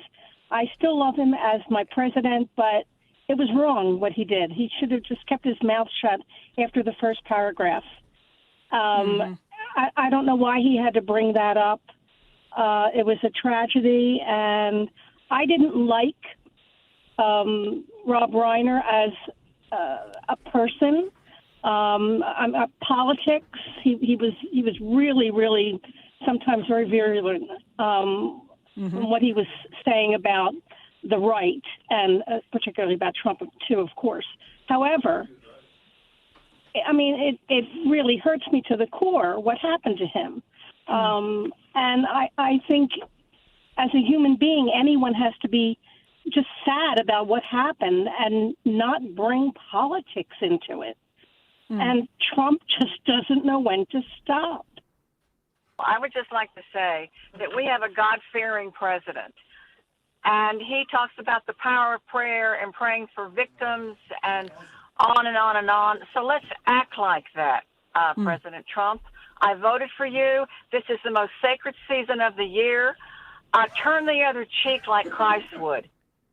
I will tell you that I've been a Republican my entire life.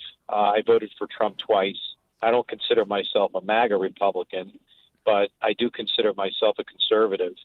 And I think this comment that he made, this post, reminds me a little bit of when Walter Cronkite made an announcement talking about the Vietnam War to the American people, saying if we, and Lyndon Johnson said, if I've lost Walter, I've lost the country. I really think that Trump's comment has just officially put that nail in the coffin. I just got to say, I mean, we're not conducting a scientific poll here on the Megyn Kelly wrap-up show, but the callers today, our phone lines have genuinely not lit up like this before. I wonder if one man, but the rest of those callers, I believe, are women. I wonder if Megyn Kelly has a higher proportion of conservative women that listen to her. I would imagine. I would imagine, similar to Candace Owens. I'd be curious to see what Candace Owens viewers, how they feel about that. But I think that women, mothers, perhaps they know people that have had a child that has a mental health issue or substance abuse. That I think hits like a conservative woman in the heart a little bit, in a way that perhaps his other comments haven't. I also think that there's a permission structure. Yeah. And an accessibility issue with this. Like, this is something like you don't need to know anything about politics to sort of say like he's wrong here. Surface level. And it is surface level, and it is like, you know, character. I mean, it's very hard for me to imagine a scenario where someone's like, I've really delved into Donald Trump's character, and I am completely supportive of this guy. I think what this is, it is not, there is no deniability now. Like, you know, one of the things the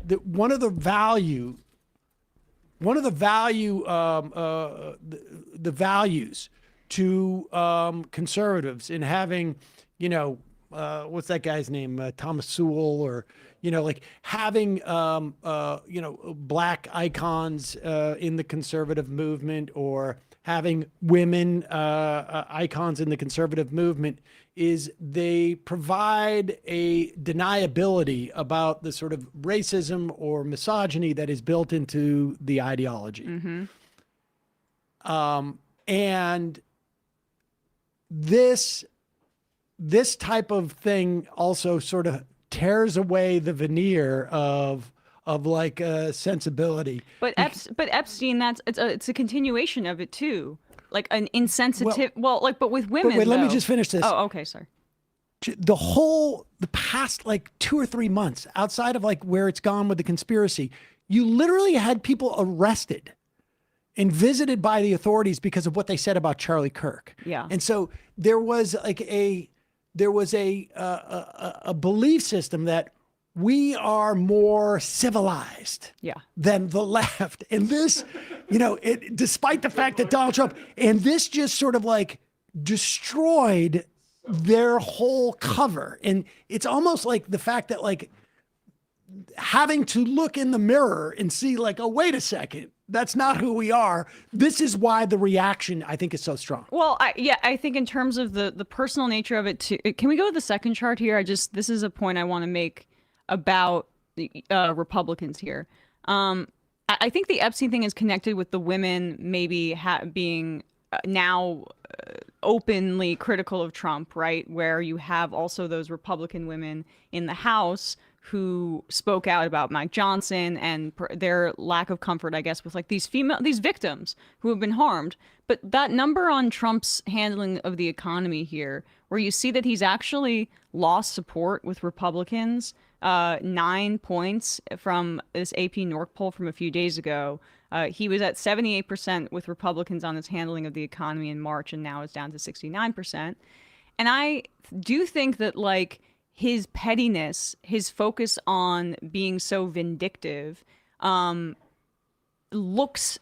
affects those numbers, because it gives people this idea, this impression, and you can see 74 to 69%, a lot of that dip started really around September, that he's not for you. He's obsessed with the ballroom. He's obsessed with his petty personal grievances, and he's not fixated on making your life better. That's my case about that, and why I think this is a problem for him. It's possible. I mean, it's also, you know, the further you get away from being able to blame Biden.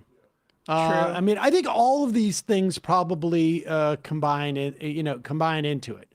But what makes a conservative call into a show and say, I need to disavow Donald Trump, I think at this stage is like, I've lost my cover.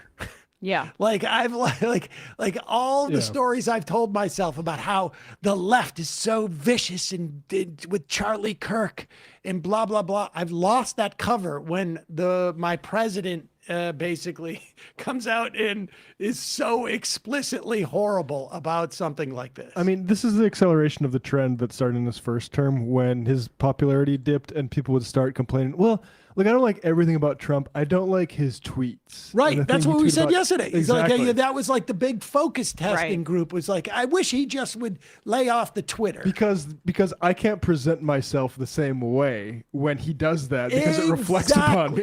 Exactly. Right. I don't want to have to own that. Yep. Right. And Trump's like, well, he's bad because of Russiagate. And everyone's like, Russiagate? What's that? People don't remember that. Exactly. Exactly. They're thinking like, was that one of his People movies? even remember January 6th. Russia invaded a one of his country movies? since then. Yeah.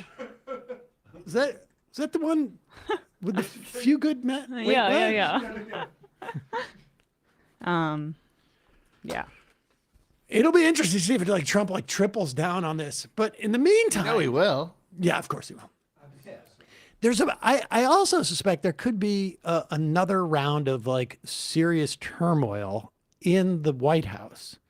And that is because Susie Wiles, a name that you probably haven't heard too much since really the campaign, she was brought in as his sort of like babysitter. I was going to say handler, but I think babysitter is probably more accurate. Well, she's a woman, so she's a babysitter. Handler is too masculine. And she was then made chief of staff of the Trump administration. And early on, like I think during the transition, it was that she was going to keep all the crazies out, and which meant that I guess Nick Fuentes wouldn't be dining at the White House, and that,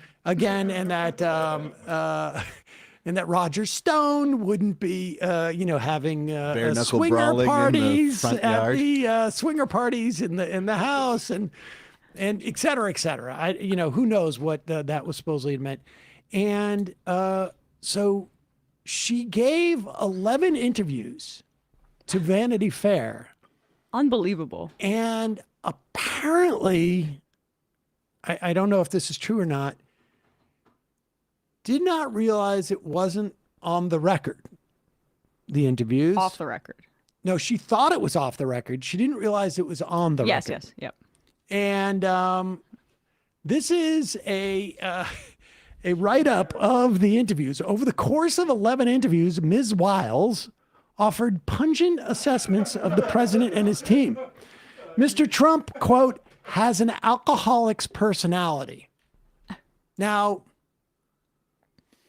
which is interesting because his brother died of alcoholism, and He's famously a teetotaler. and famously, was resented his brother as a weak person. I wonder if she's talking about like a dry drunk. That's what I got from it. Yes, dry drunk. personality. But who knows? Who knows what that means? I can't imagine he will appreciate that description of him, though. And then she goes on to say, Vice President J.D. Vance has, quote, been a conspiracy theorist for a decade, end quote. And his conversion from Trump critic to ally was based not on principle, but was, quote, sort of political, end quote, because he was running for Senate. It's an understatement of the century.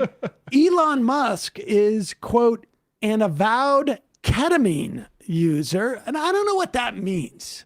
So if J.D. Vance's move was sort of political, then using a word as strong as avowed must mean that he is just sleeping in a bed of ketamine. Like a vowed ketamine user. Like you could say like someone's a ketamine user, but what is like a vowed, like really? He's always preaching the benefits like of it to everybody around him. I could totally see that. Yes. And, quote, an odd duck, end quote, put these back up, whose actions were not always, quote, rational and left her, quote, aghast. Shocking stuff so far. Russell Vogt, the budget director, is a, quote, right-wing absolute zealot. Didn't take an interview for that one. No, that was obvious, but it's interesting to see that perspective from inside the right-wing White House where, Stephen Miller is there. Yeah.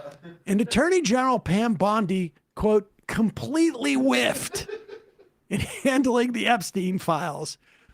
I got to think that this is going to be a problem. Like, put up who tweeted this. Who is it that Jonathan Lemire. No, was it? No. Go back. Somebody else. Go back. Yeah. Who's this? Chris O'Leary. Susie Wiles is despicable, an enabler. Oh, okay. Okay. Who is that? I don't know who that is. Okay, sorry. But all true. Fair enough. It sounds like they did the Rogan tactic, where it's just you keep them talking for 3, 4, 5, 6 hours, and then eventually you get a clip. She must have not realized that she was on the record. Obviously, They must not have any respect for her at all to publish that. Because if you were worried about it, you would maybe ask her, but they're clearly not worried about it. And yeah, I don't know. Seems like she's probably not long for that job. the alcoholic's personality thing for Trump is, that's literally the nicest way that you could describe his mental state. He's actually like a complete sociopathic, rage-fueled monster. But sure, dry drunk. Let's go with that.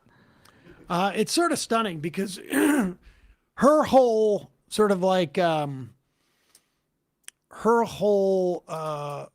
like at least the image that I have had from reading about her in the past is that she's like extremely professional. Yes. And totally buttoned up. There hasn't been really any leaks from this White House. Like in the first 8 months, 10 months of Trump won, it was like every other day there was another story. Like, Well, did Reince Priebus even last a month as his chief of staff?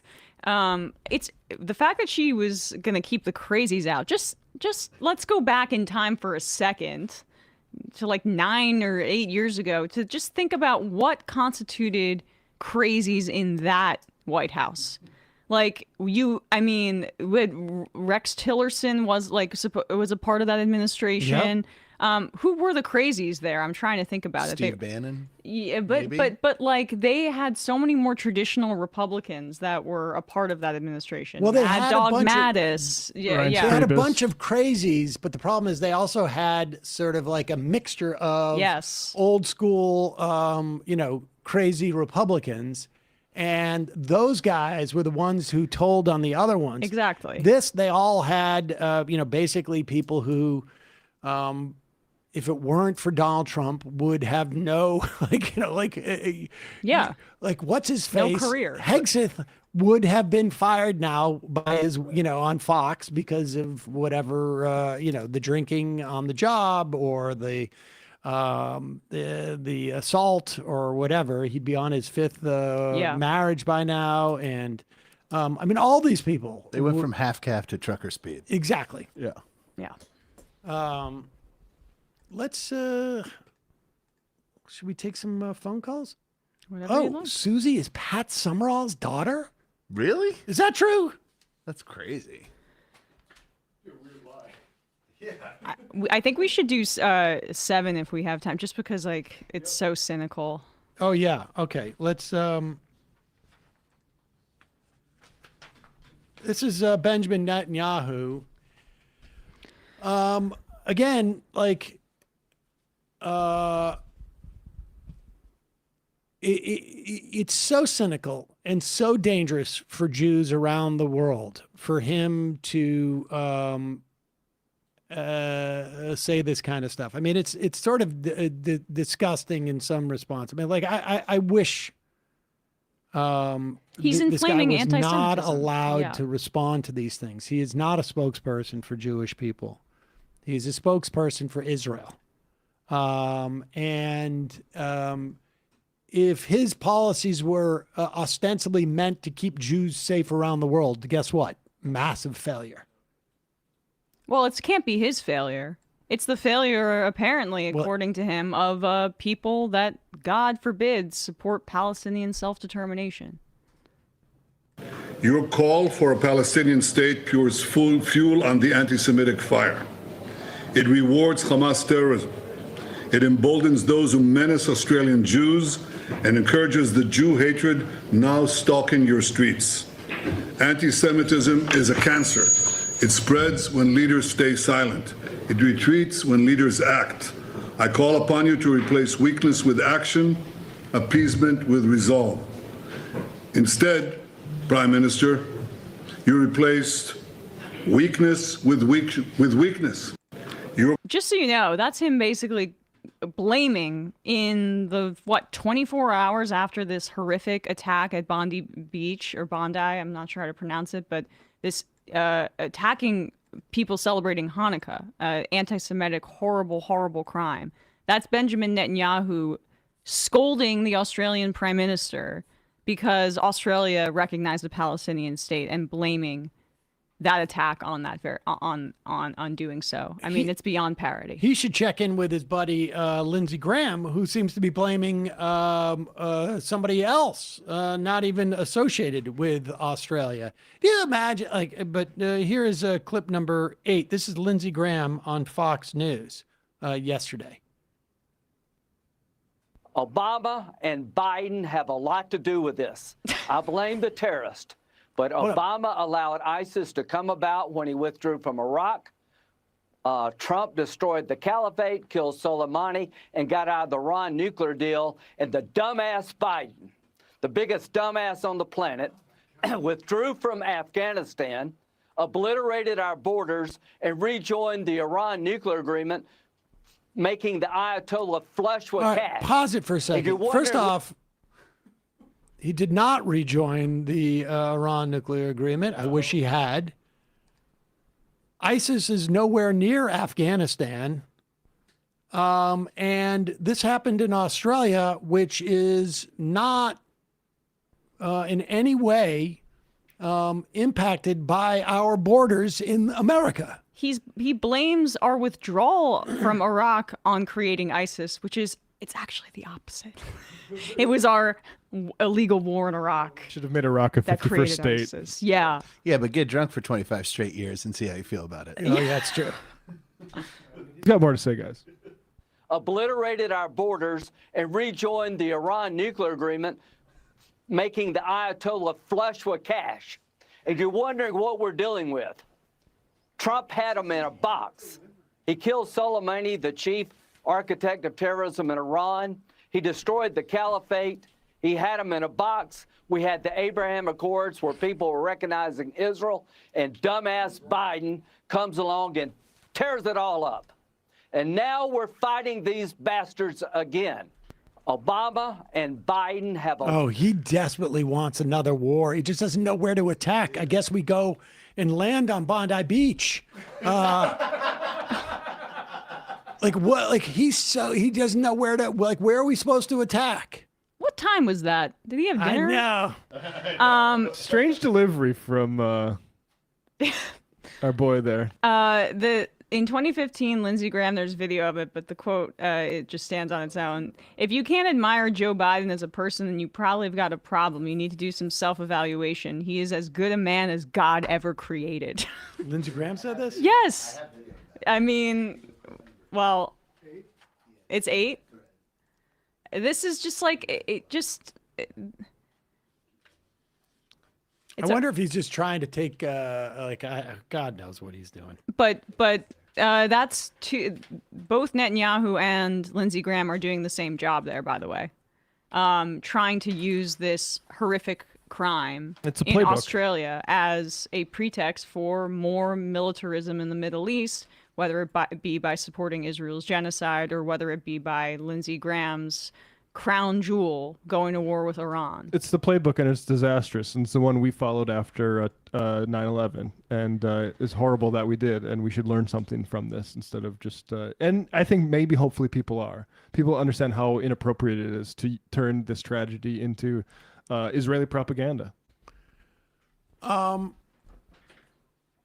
Emma, you've asked many times in the past several months, is like, what is the authority that we have to randomly fire on boats in the Pacific and in the Caribbean Sea, where we don't know who the people are on the boats?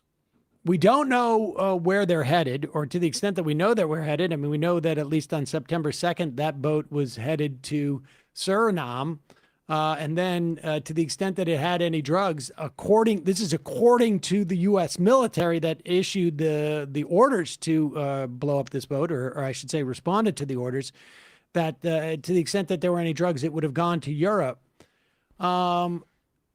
you've asked, like, what is the authority in the past? And I have a feeling that they've probably started asking themselves at the White House the same thing. What the authority that they're using to wait, because Congress has the power to declare war. So if Trump is acting and bombing boats as a supposed act of war, that is expressly illegal unless he's using the 2001 and 2002 authorizations for the use of military force in the wake of 9/11. And how would you go about doing that? Well, here is the president yesterday, now sort of including, and in the past they said, like, these are narco terrorists, and people are sort of like, but narco terrorists, what are you talking about? They're just people in a boat. They probably don't even necessarily have any guns. I mean, we don't even know if but how do you turn narco terrorists into actual terrorists? Well, this would be one way. Today, I'm taking one more step to protect Americans from the scourge of deadly fentanyl flooding into our country. With this historic executive order I will sign today, we're formally classifying fentanyl as a weapon of mass destruction, which is what it is. No bomb does what this is doing. 200 to 300,000 people die every year. Well, that we know of. I'm sorry. 200 to 300,000 people die a year from fentanyl? That we know of. That we know of. Okay. Let's just let him finish here. Is doing. 200 to 300,000 people die every year that we know of. So we're formally classifying fentanyl as a weapon of mass destruction. Today, would you mind Googling how many fentanyl deaths annually in the United States, please? So most recent data is I got in 2023, 72,000 people died. And there's a slight provisional data for 2024 suggests a significant decline in overall drug overdose. 47,000. 27% drops in death in overdose deaths from 2023 to 2024. But that's not possible because we were not bombing boats in 2024 or in late 2023. Yeah, no, the Biden administration oversaw certain efforts to get Narcan and other sorts of medication that prevent death from overdose more widely proliferated across the country. And most experts, who aren't focused on the narco terrorists, obviously attribute those deaths, that reduction, to efforts like that. I would imagine it's also a function of, like, we saw fentanyl. We saw fentanyl overdoses explode as a function of the opioid epidemic. Once people could not get the opioids that was prescribed to them and they had become addicted, they started to buy fentanyl, or they abused fentanyl before that. I know someone who went through something like this, and it was the prescription to then buying it on the street pipeline was pretty prominent. We have since tightened the restrictions on prescribing these opioids. In some instances, probably in ways that may be difficult for people who are going through pain problems, but nevertheless, and it has slowly started to diminish the number of addicts. And so we've seen it in terms of fentanyl deaths. But to call it a weapon of mass destruction is simply a way of changing the definition to fit where there may be statutory authority to do this this kind of work. Exactly. The 2001 and 2002 authorizations for the use of military force need to be repealed. But in particular, they're incredibly broad in the authority that it gives the executive branch. You covered this, I'm sure, all the time in the early parts of the Majority Report, because the Bush administration was all about this unitary executive theory where they wanted to increase the power of the presidency, specifically within the context of the war on terror. The Obama administration came in and did not engage in reforms. And because the Obama administration wanted to maintain its own ability to do what it wanted, the executive branch having that authority. We are in part in this position today because that was kept in place. What is a terrorist at this point? It just basically means anybody that the United States decides that they want to summarily execute, regardless of the impact on, or regardless of what that person actually is. What gives us the warrant to get the guns out? Look, here's the bottom line is that we know that the vast majority of fentanyl does not come from Venezuela. If any, right. It's the cocaine is more of the, I believe, the drug that is trafficked through Venezuela. Even then, like maybe 10% of U.S. Drug use is with drugs that are coming from Venezuela. What Venezuela does have, however, is a lot of oil. Yep. And actually, I think some like a decent amount of minerals. I don't know if they're rare earth ones or others like precious metals. But they have a lot of natural resources that I would imagine Donald Trump believes somehow got stuck underneath their land when, in fact, it really belongs to some multinational corporations. I mean, when he this took is that, what it's about. Yeah, when they seized that oil tanker just last week, what did he say? I guess we'll keep it. That's his viewpoint. Yep. He views incredibly crudely the rest of the Western Hemisphere as the United States' backyard, which is what like a lot of left-wing movements in Latin America have been immensely critical of, because the United States mostly in the 20th century was doing that stuff via covert action, but now Trump is trying to use 9/11 related authorities to expand it to Venezuela. And how do you do it? You use the language of the Iraq War to make it so that, it's all under the same umbrella. Any plain-faced reading of their justifications of this kind of thing means it should be illegal, let alone the fact that there's no evidence that's been presented that these people are even drug runners. They don't give their information, they just say it, and then people are supposed to believe it. We don't even know that they are trafficking drugs. It looks like they were just fishermen, and we just murdered over 80 people. I'm also signing a declaration today to say that Rob Reiner was a weapon of mass destruction. Yes. His and all tweets, Epstein victims. And all Epstein victims, weapons of mass destruction. They're trying to destroy Trump. Yes. So that's... And you are all Trump. And when they destroy Trump, they destroy all of you. And you are the masses. So let's tune into somebody else who's not very bright. This is clip number 11. You'll recall that a couple of years ago, I was on Patrick Bet-David's show. And I had said a couple of years ago? Well, I did it last year, and then I did it the year before, I think. So it may have been 2 years ago.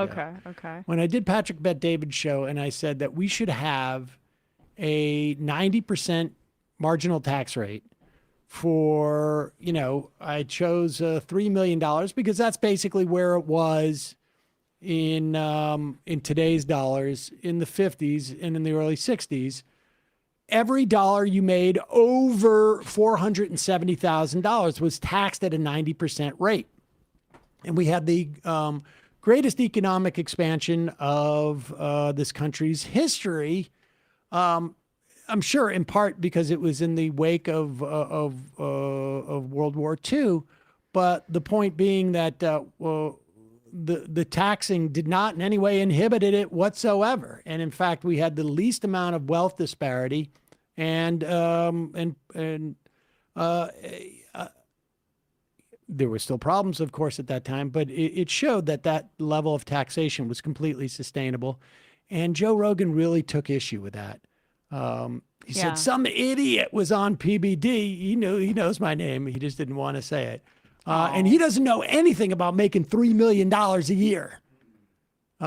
This guy's never going to make $3 million a year. Now, he may be right about that, but it seems like now he's like starting to see that maybe that we need some taxation, but he's looking for other reasons why we shouldn't do it. In my estimation, you tax that way so that you maintain some measure of like democracy without having a plutocracy. But here he is with Jimmy Carr. Is that a comedian?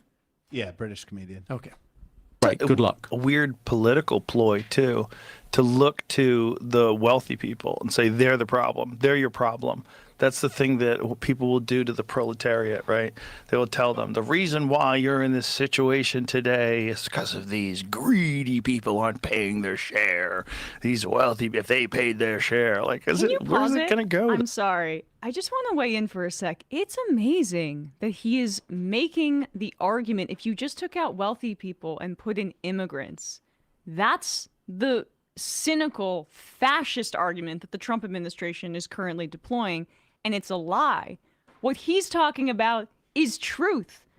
What he's saying is the truth. But when I say it with this voice, right, it makes it it's not true. amazing. It's amazing to hear that because he's acting like this is not material at all. That like we don't already make choices about how we redistribute resources. He's acting like this very material thing has no impact on people. And I wonder who in his audience is like, I mean, they're not all millionaires like he is. They've got to say, what the hell are you talking about? I wonder what his views are looking like. People are freaking out because you said the word proletariat, which is also a word I don't think I've ever heard him say. Yeah. So he, one wonders who he's been having conversations with. Today is because of these greedy people aren't paying their share. These wealthy, if they paid their share, like, where's it going to go, though? Is it going to go to this corrupt government that's the one who's feeding you this nonsense in the first place? What are you going to do? You're going to enrich them. They're just going to get bigger and stronger and have even more power. And then you're even more fucked. You're even more fucked because you don't have any resources. Like, it's not going to help you. If they tax rich people and then are the poor people going to get that money? No. Are their services going to improve? No. You're just going to get more government. It seems like a good idea. I like maybe Jimmy the Carr's solution like, is going to tax the rich people. But pause it. Hold up. No. I mean, this is what's fascinating is that Joe Rogan seems to be devolving in terms of his understanding of what government is. Like, there's nobody raiding the coffers in the government. You don't have government bureaucrats going like, did we get more tax money in? Let me just stick my hand in the vault and pull the money and put it in. To the extent that anybody's getting the money, it is literally the wealthy people who have been sitting across from him have been getting subsidized by the government, whether it's Elon Musk or Palantir gets all these contracts, or all of the people, the billionaires he's had sitting in have been far more bigger beneficiaries of government money. But we see there's two reasons why he tax. One is to redistribute the money, right? Which of course he would have an issue with, right? Government shouldn't be redistributing the money. Well, that's what they do. That won't help the proletariat. And if they're taking it from the wealthy, they're giving it to the poor. They may give it to the poor in the form of Medicaid. They may give it to the poor in form of SNAP. They may give it to the middle class in terms of like an earned child tax credit. They may give it to the people, as in 5 years ago, we cut child poverty in half in 1 year. In 1 year, by giving $300 per kid to families. We cut child poverty in half. There's a million examples of this. We're going to see people lose their health insurance. What was that money that was paying? It was tax money. This is without getting into like monetary theory or anything like that. That's just the basic. The other reason why you tax those wealthy people is so that they don't have an outsized political power that goes with that economic power. Like his buddy Elon Musk. Or Peter Thiel, who's sitting across, or Mark Andreessen, or all of those wealthy people. The funny part is that Jimmy Carr is looking at and Rogan says this, and Jimmy Carr goes, and I don't know anything about Jimmy Carr, but the guy goes, yeah, but not really. I don't really want to ruin my career by disagreeing with you right now. But I also don't want to be on camera I agreeing. don't want to agree with this really like fourth grader version of what happens to our tax dollars. And when he says, you're going to tax them, it's going to go to this corrupt government, that's not going to do anything for you. What corrupts? Big money corrupts, you dummy. What if he's basically saying that this has not, like, everything's fine, don't tax wealthy people, the government's too corrupt to handle this kind of redistribution, although we do it right now, it's just redistributed upwards. The point that the government is corrupt is because there's too much money to corrupt it. It's not just vaguely corrupt. I would wonder what he means by corrupt. But he thinks all the money's going to like trans playwrights in Iraq. Right, exactly. Are their services going to improve? No, you're just going to get more government. It seems like a good idea. Like maybe the solution is we got to tax the rich people, but you got to figure out what to do with the money you already get from everybody, and you're not doing a good job with it. Like that's the problem. The problem isn't like the rich people aren't paying their shit. Like I always hear that about Elon. Like he doesn't even pay tax. Elon paid more taxes in 2024 than any living human being that has ever existed. He paid something like $10 billion in taxes. Yeah, I felt like I did in 2012. Felt like I did. What happened? You divorced? I got. He basically is just trying to change the conversation with a joke. Let's not talk about this. Let's talk about something different, shall we? The everyman defending the honor of the world's richest man on his podcast. By the way, Elon Musk is Dreyer, the Samsig says Jimmy Carr was famously caught avoiding taxes in the UK and had to pay it back and is constantly made fun for it. Oh, there we go. And even he's like, I'm not buying that argument. Floyd the Barber says, remember when this guy was really into Bernie Sanders? I mean, he's so dumb. I think that he knows, though. I mean, it's unclear, like, what synapses fire in Rogan's head where it makes him take this on. But it's vibes. But also, Elon Musk is reportedly going to be the world's first trillionaire soon. $10 billion, even if that was true, is too low of a tax rate. 100%. So. Sweet Lord. I mean, God. He shouldn't even have $1 billion. All of that. You can have $999 million. You can't have $1 billion in my America and my world. Sorry. I'm trying to figure out how much Elon Musk. So Elon Musk saw his net worth skyrocket by approximately $200 to $240 billion by the end of 2024. Now, he didn't make that in the context of a salary. It was all his stock. It was all on paper. $10 billion of 240 is not even 10%. Yep. That's a 4% tax rate. Yep. So, but they don't know what to do with the money. So what does it matter? Why even try?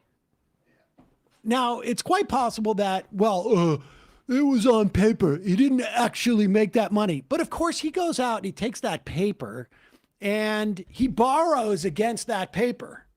So he'll borrow 70 billion, 80 billion, 90 billion. Maybe he'll borrow even more than what he's worth on paper and use that as collateral. The money he borrows is not taxed. It is completely rigged. At the end of the day, God knows how little he's actually paying on money that he's making. Then he takes that money, buys an election, uses his electoral power to lay off 200,000 federal employees. I mean, just kill the lives of so many people. Right. It's unbelievable. Can you imagine, to be like, somebody's got to defend Elon. Yeah. Well, he doesn't have enough money to defend himself. He's such a victim.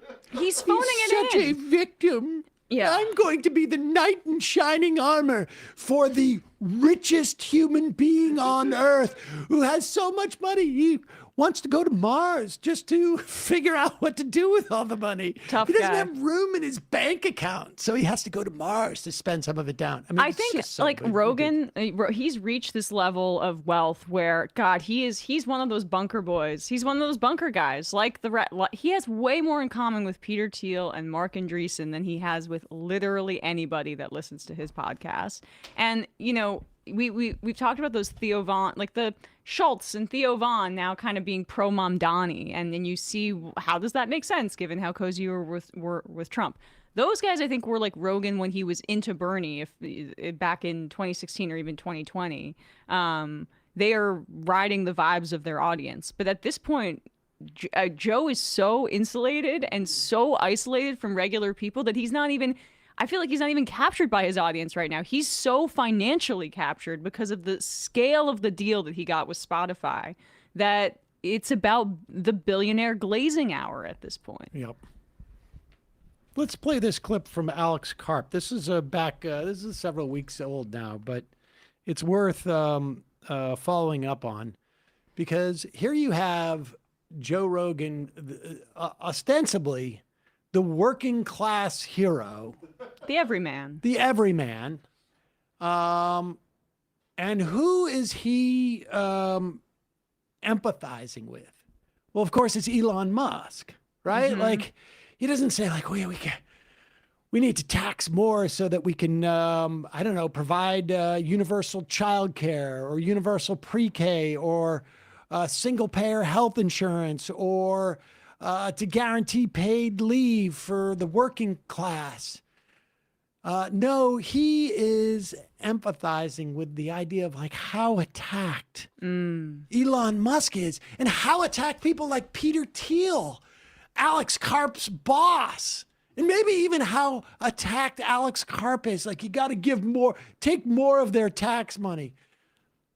But Alex Karp thinks that the real problem is that people are just not empathizing with the working class, which is weird. Oh. But the approach to the policy. Let me give you my critique of what I would call, I think this questioning is proxy culpable of. Our country has selective empathy for everybody but working class, particularly white males. So when you look at coverage in mainstream newspapers about the constitutionality of blowing up boats that are bringing fentanyl here, I guarantee you, if that fentanyl was killing people at schools we went to, potentially your kids are going to, it would be constitutional to blow up those boats. There is selective instrumental use of empathy that somehow is only applied at the point where it would help back to the us. idea of the approach to the policy. He makes money off of surveillance technology that would directly get enriched if we went to war with Venezuela. So, I mean, like, I don't want to question the Palantir CEO's motives here, where he basically says that it's actually supporting white working class people to kill a bunch of fishermen in the Caribbean. But I don't want to besmirch his motives, but that might have something to do with it. His argument, and I think there is some truth to it, is ultimately that rich people have too much influence on our politics. Mm-hmm. But what he's doing to make a difference in that is absolutely zero. 100% zero. That's right-wing populism, though. They'll talk about elites in this incredibly general way, and what they really want, what they're narrowly speaking about, are like Hollywood or coastal people that they'll have some sort of cultural aversion to, or they think the audience might have it. Well, then let's talk about like what left-wing populism means. We mean actually diminishing their power through taxation, and even like locking up criminals like this and actually holding them accountable. It's just so that it's a wealthy person's caricaturization of how the general population feels when they talk about elitism that is not material.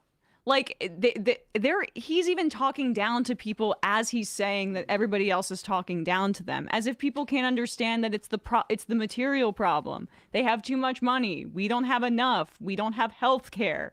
The income and inequality in this country is at Gilded Age levels. That has an impact on people. It's not the feeling of elitism that's the problem. It's the fact that people can't afford basic necessities. So insane. Well, that's why he uses the word empathy, because he's saying, I mean, his argument is that if people if there was and I do think it's a little bit overstated, as of the most recent data, but if he was saying there's an epidemic of fentanyl ODs at Ivy League universities, is his argument, that there would be more action taken to stop fentanyl from coming into the country.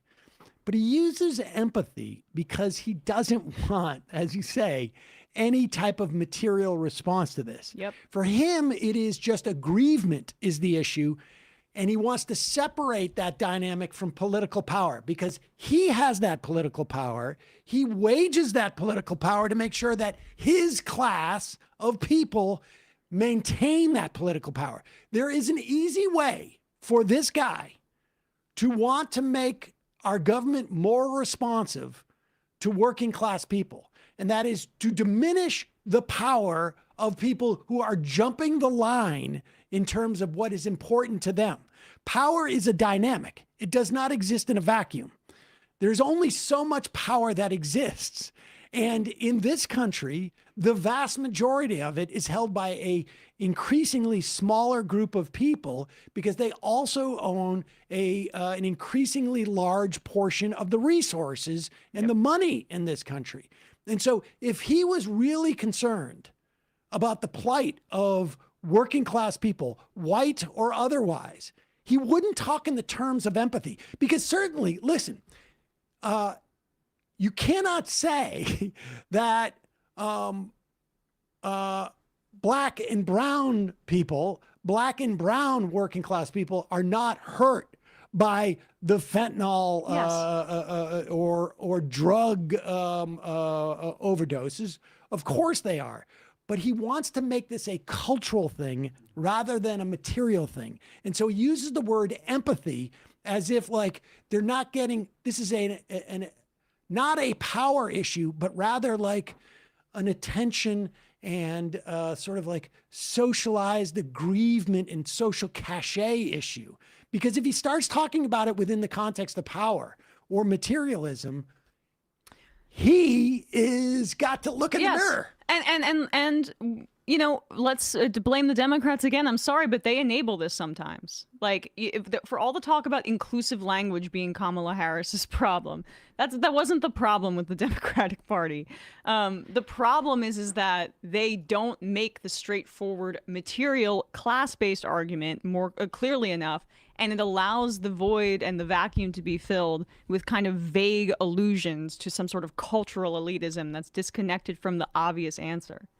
And now let's turn, shall we, to a right-wing talker who, when they are faced with actually somebody whose entire agenda is to help the working class in New York City. I mean, say what you will about Zohran Mamdani. And I think most people listening would say something positive. But as a critique, it is impossible to say that like his agenda isn't focused on helping working class people. The entire thing is about affordability. What kind of absolute moron would you have to be to critique this? And how would a moron, how could they come up with something that was a clever way of critiquing it? I know. Call him Moron Zamdani.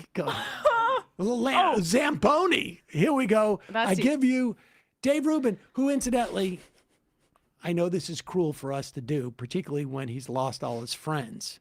No, he hasn't. He has tons of friends. He No, does, I mean, literally he has doesn't even tons of friends. care. He only lost one friend. She has Well, and Russell Brand, Megyn Kelly. I Sam don't need Harris you. and Russ. He doesn't. I don't need anybody. I've got my T-shirt.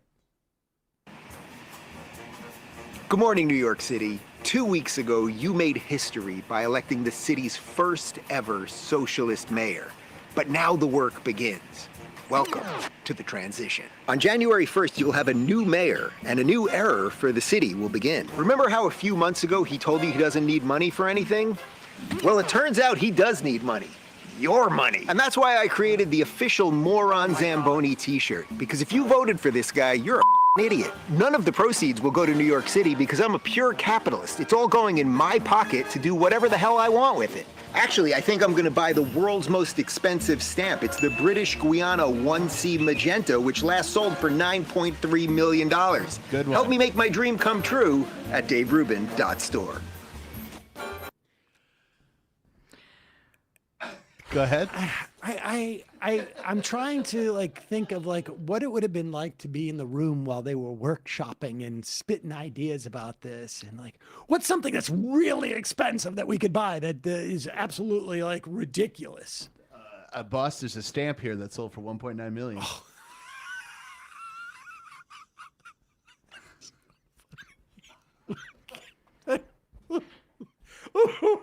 Let's do it. I hope I can keep from laughing when I say this. I'm buying a stamp from Guyana.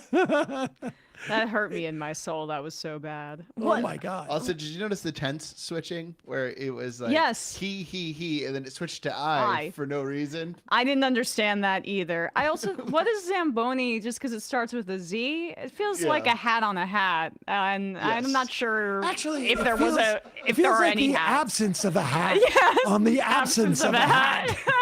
It's a bald cap on a bald man.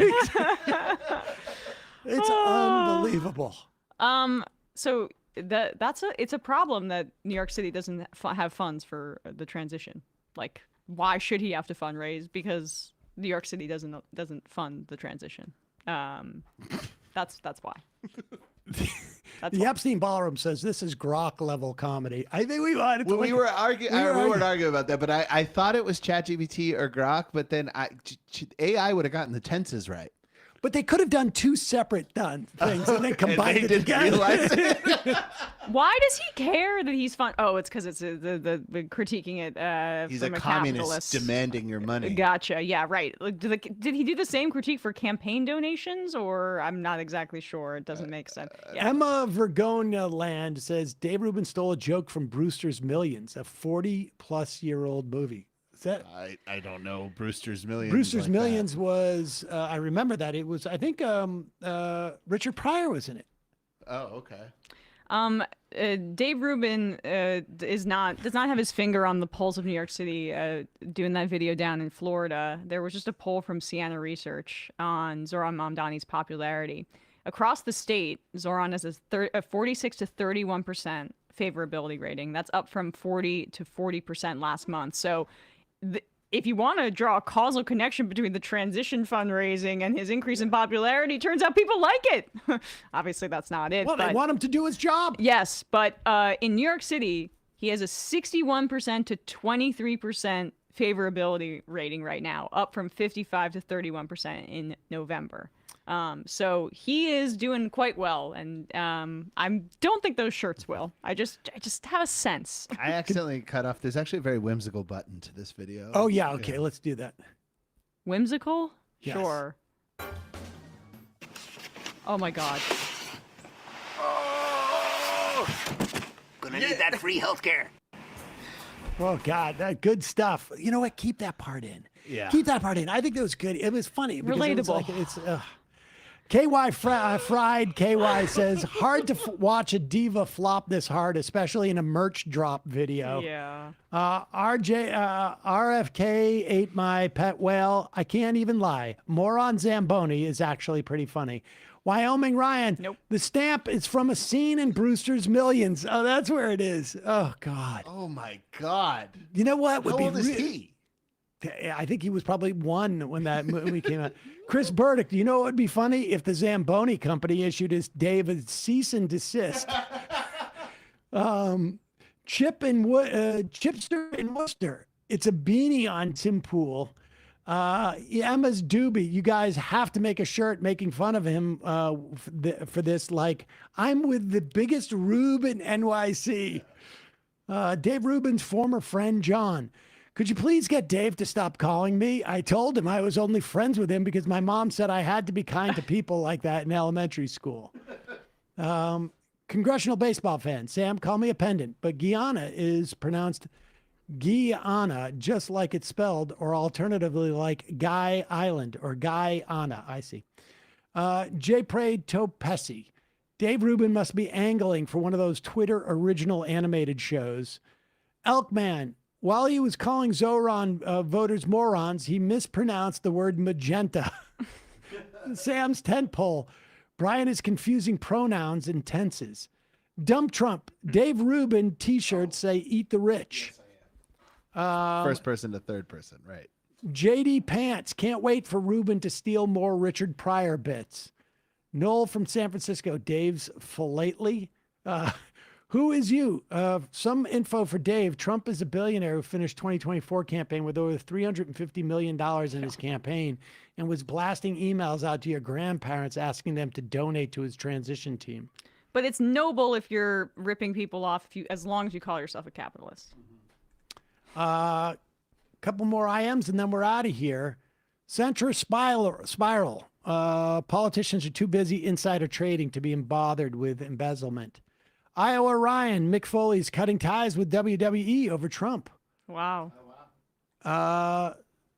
Sucking off the system. The only reason why he might not be in a recession on paper is because the ongoing Ponzi scheme that is AI circling around the same $100 billion between three companies, actually increasing GDP. Bikesexual. A guy in California was arrested for painting a crosswalk. His message discipline in the subsequent news interviews was impeccable. I will watch that. A neighborhood activist. We'll look at that tomorrow. 5 more. Emma's cannot hear guest on app. Let's see. Hack all things.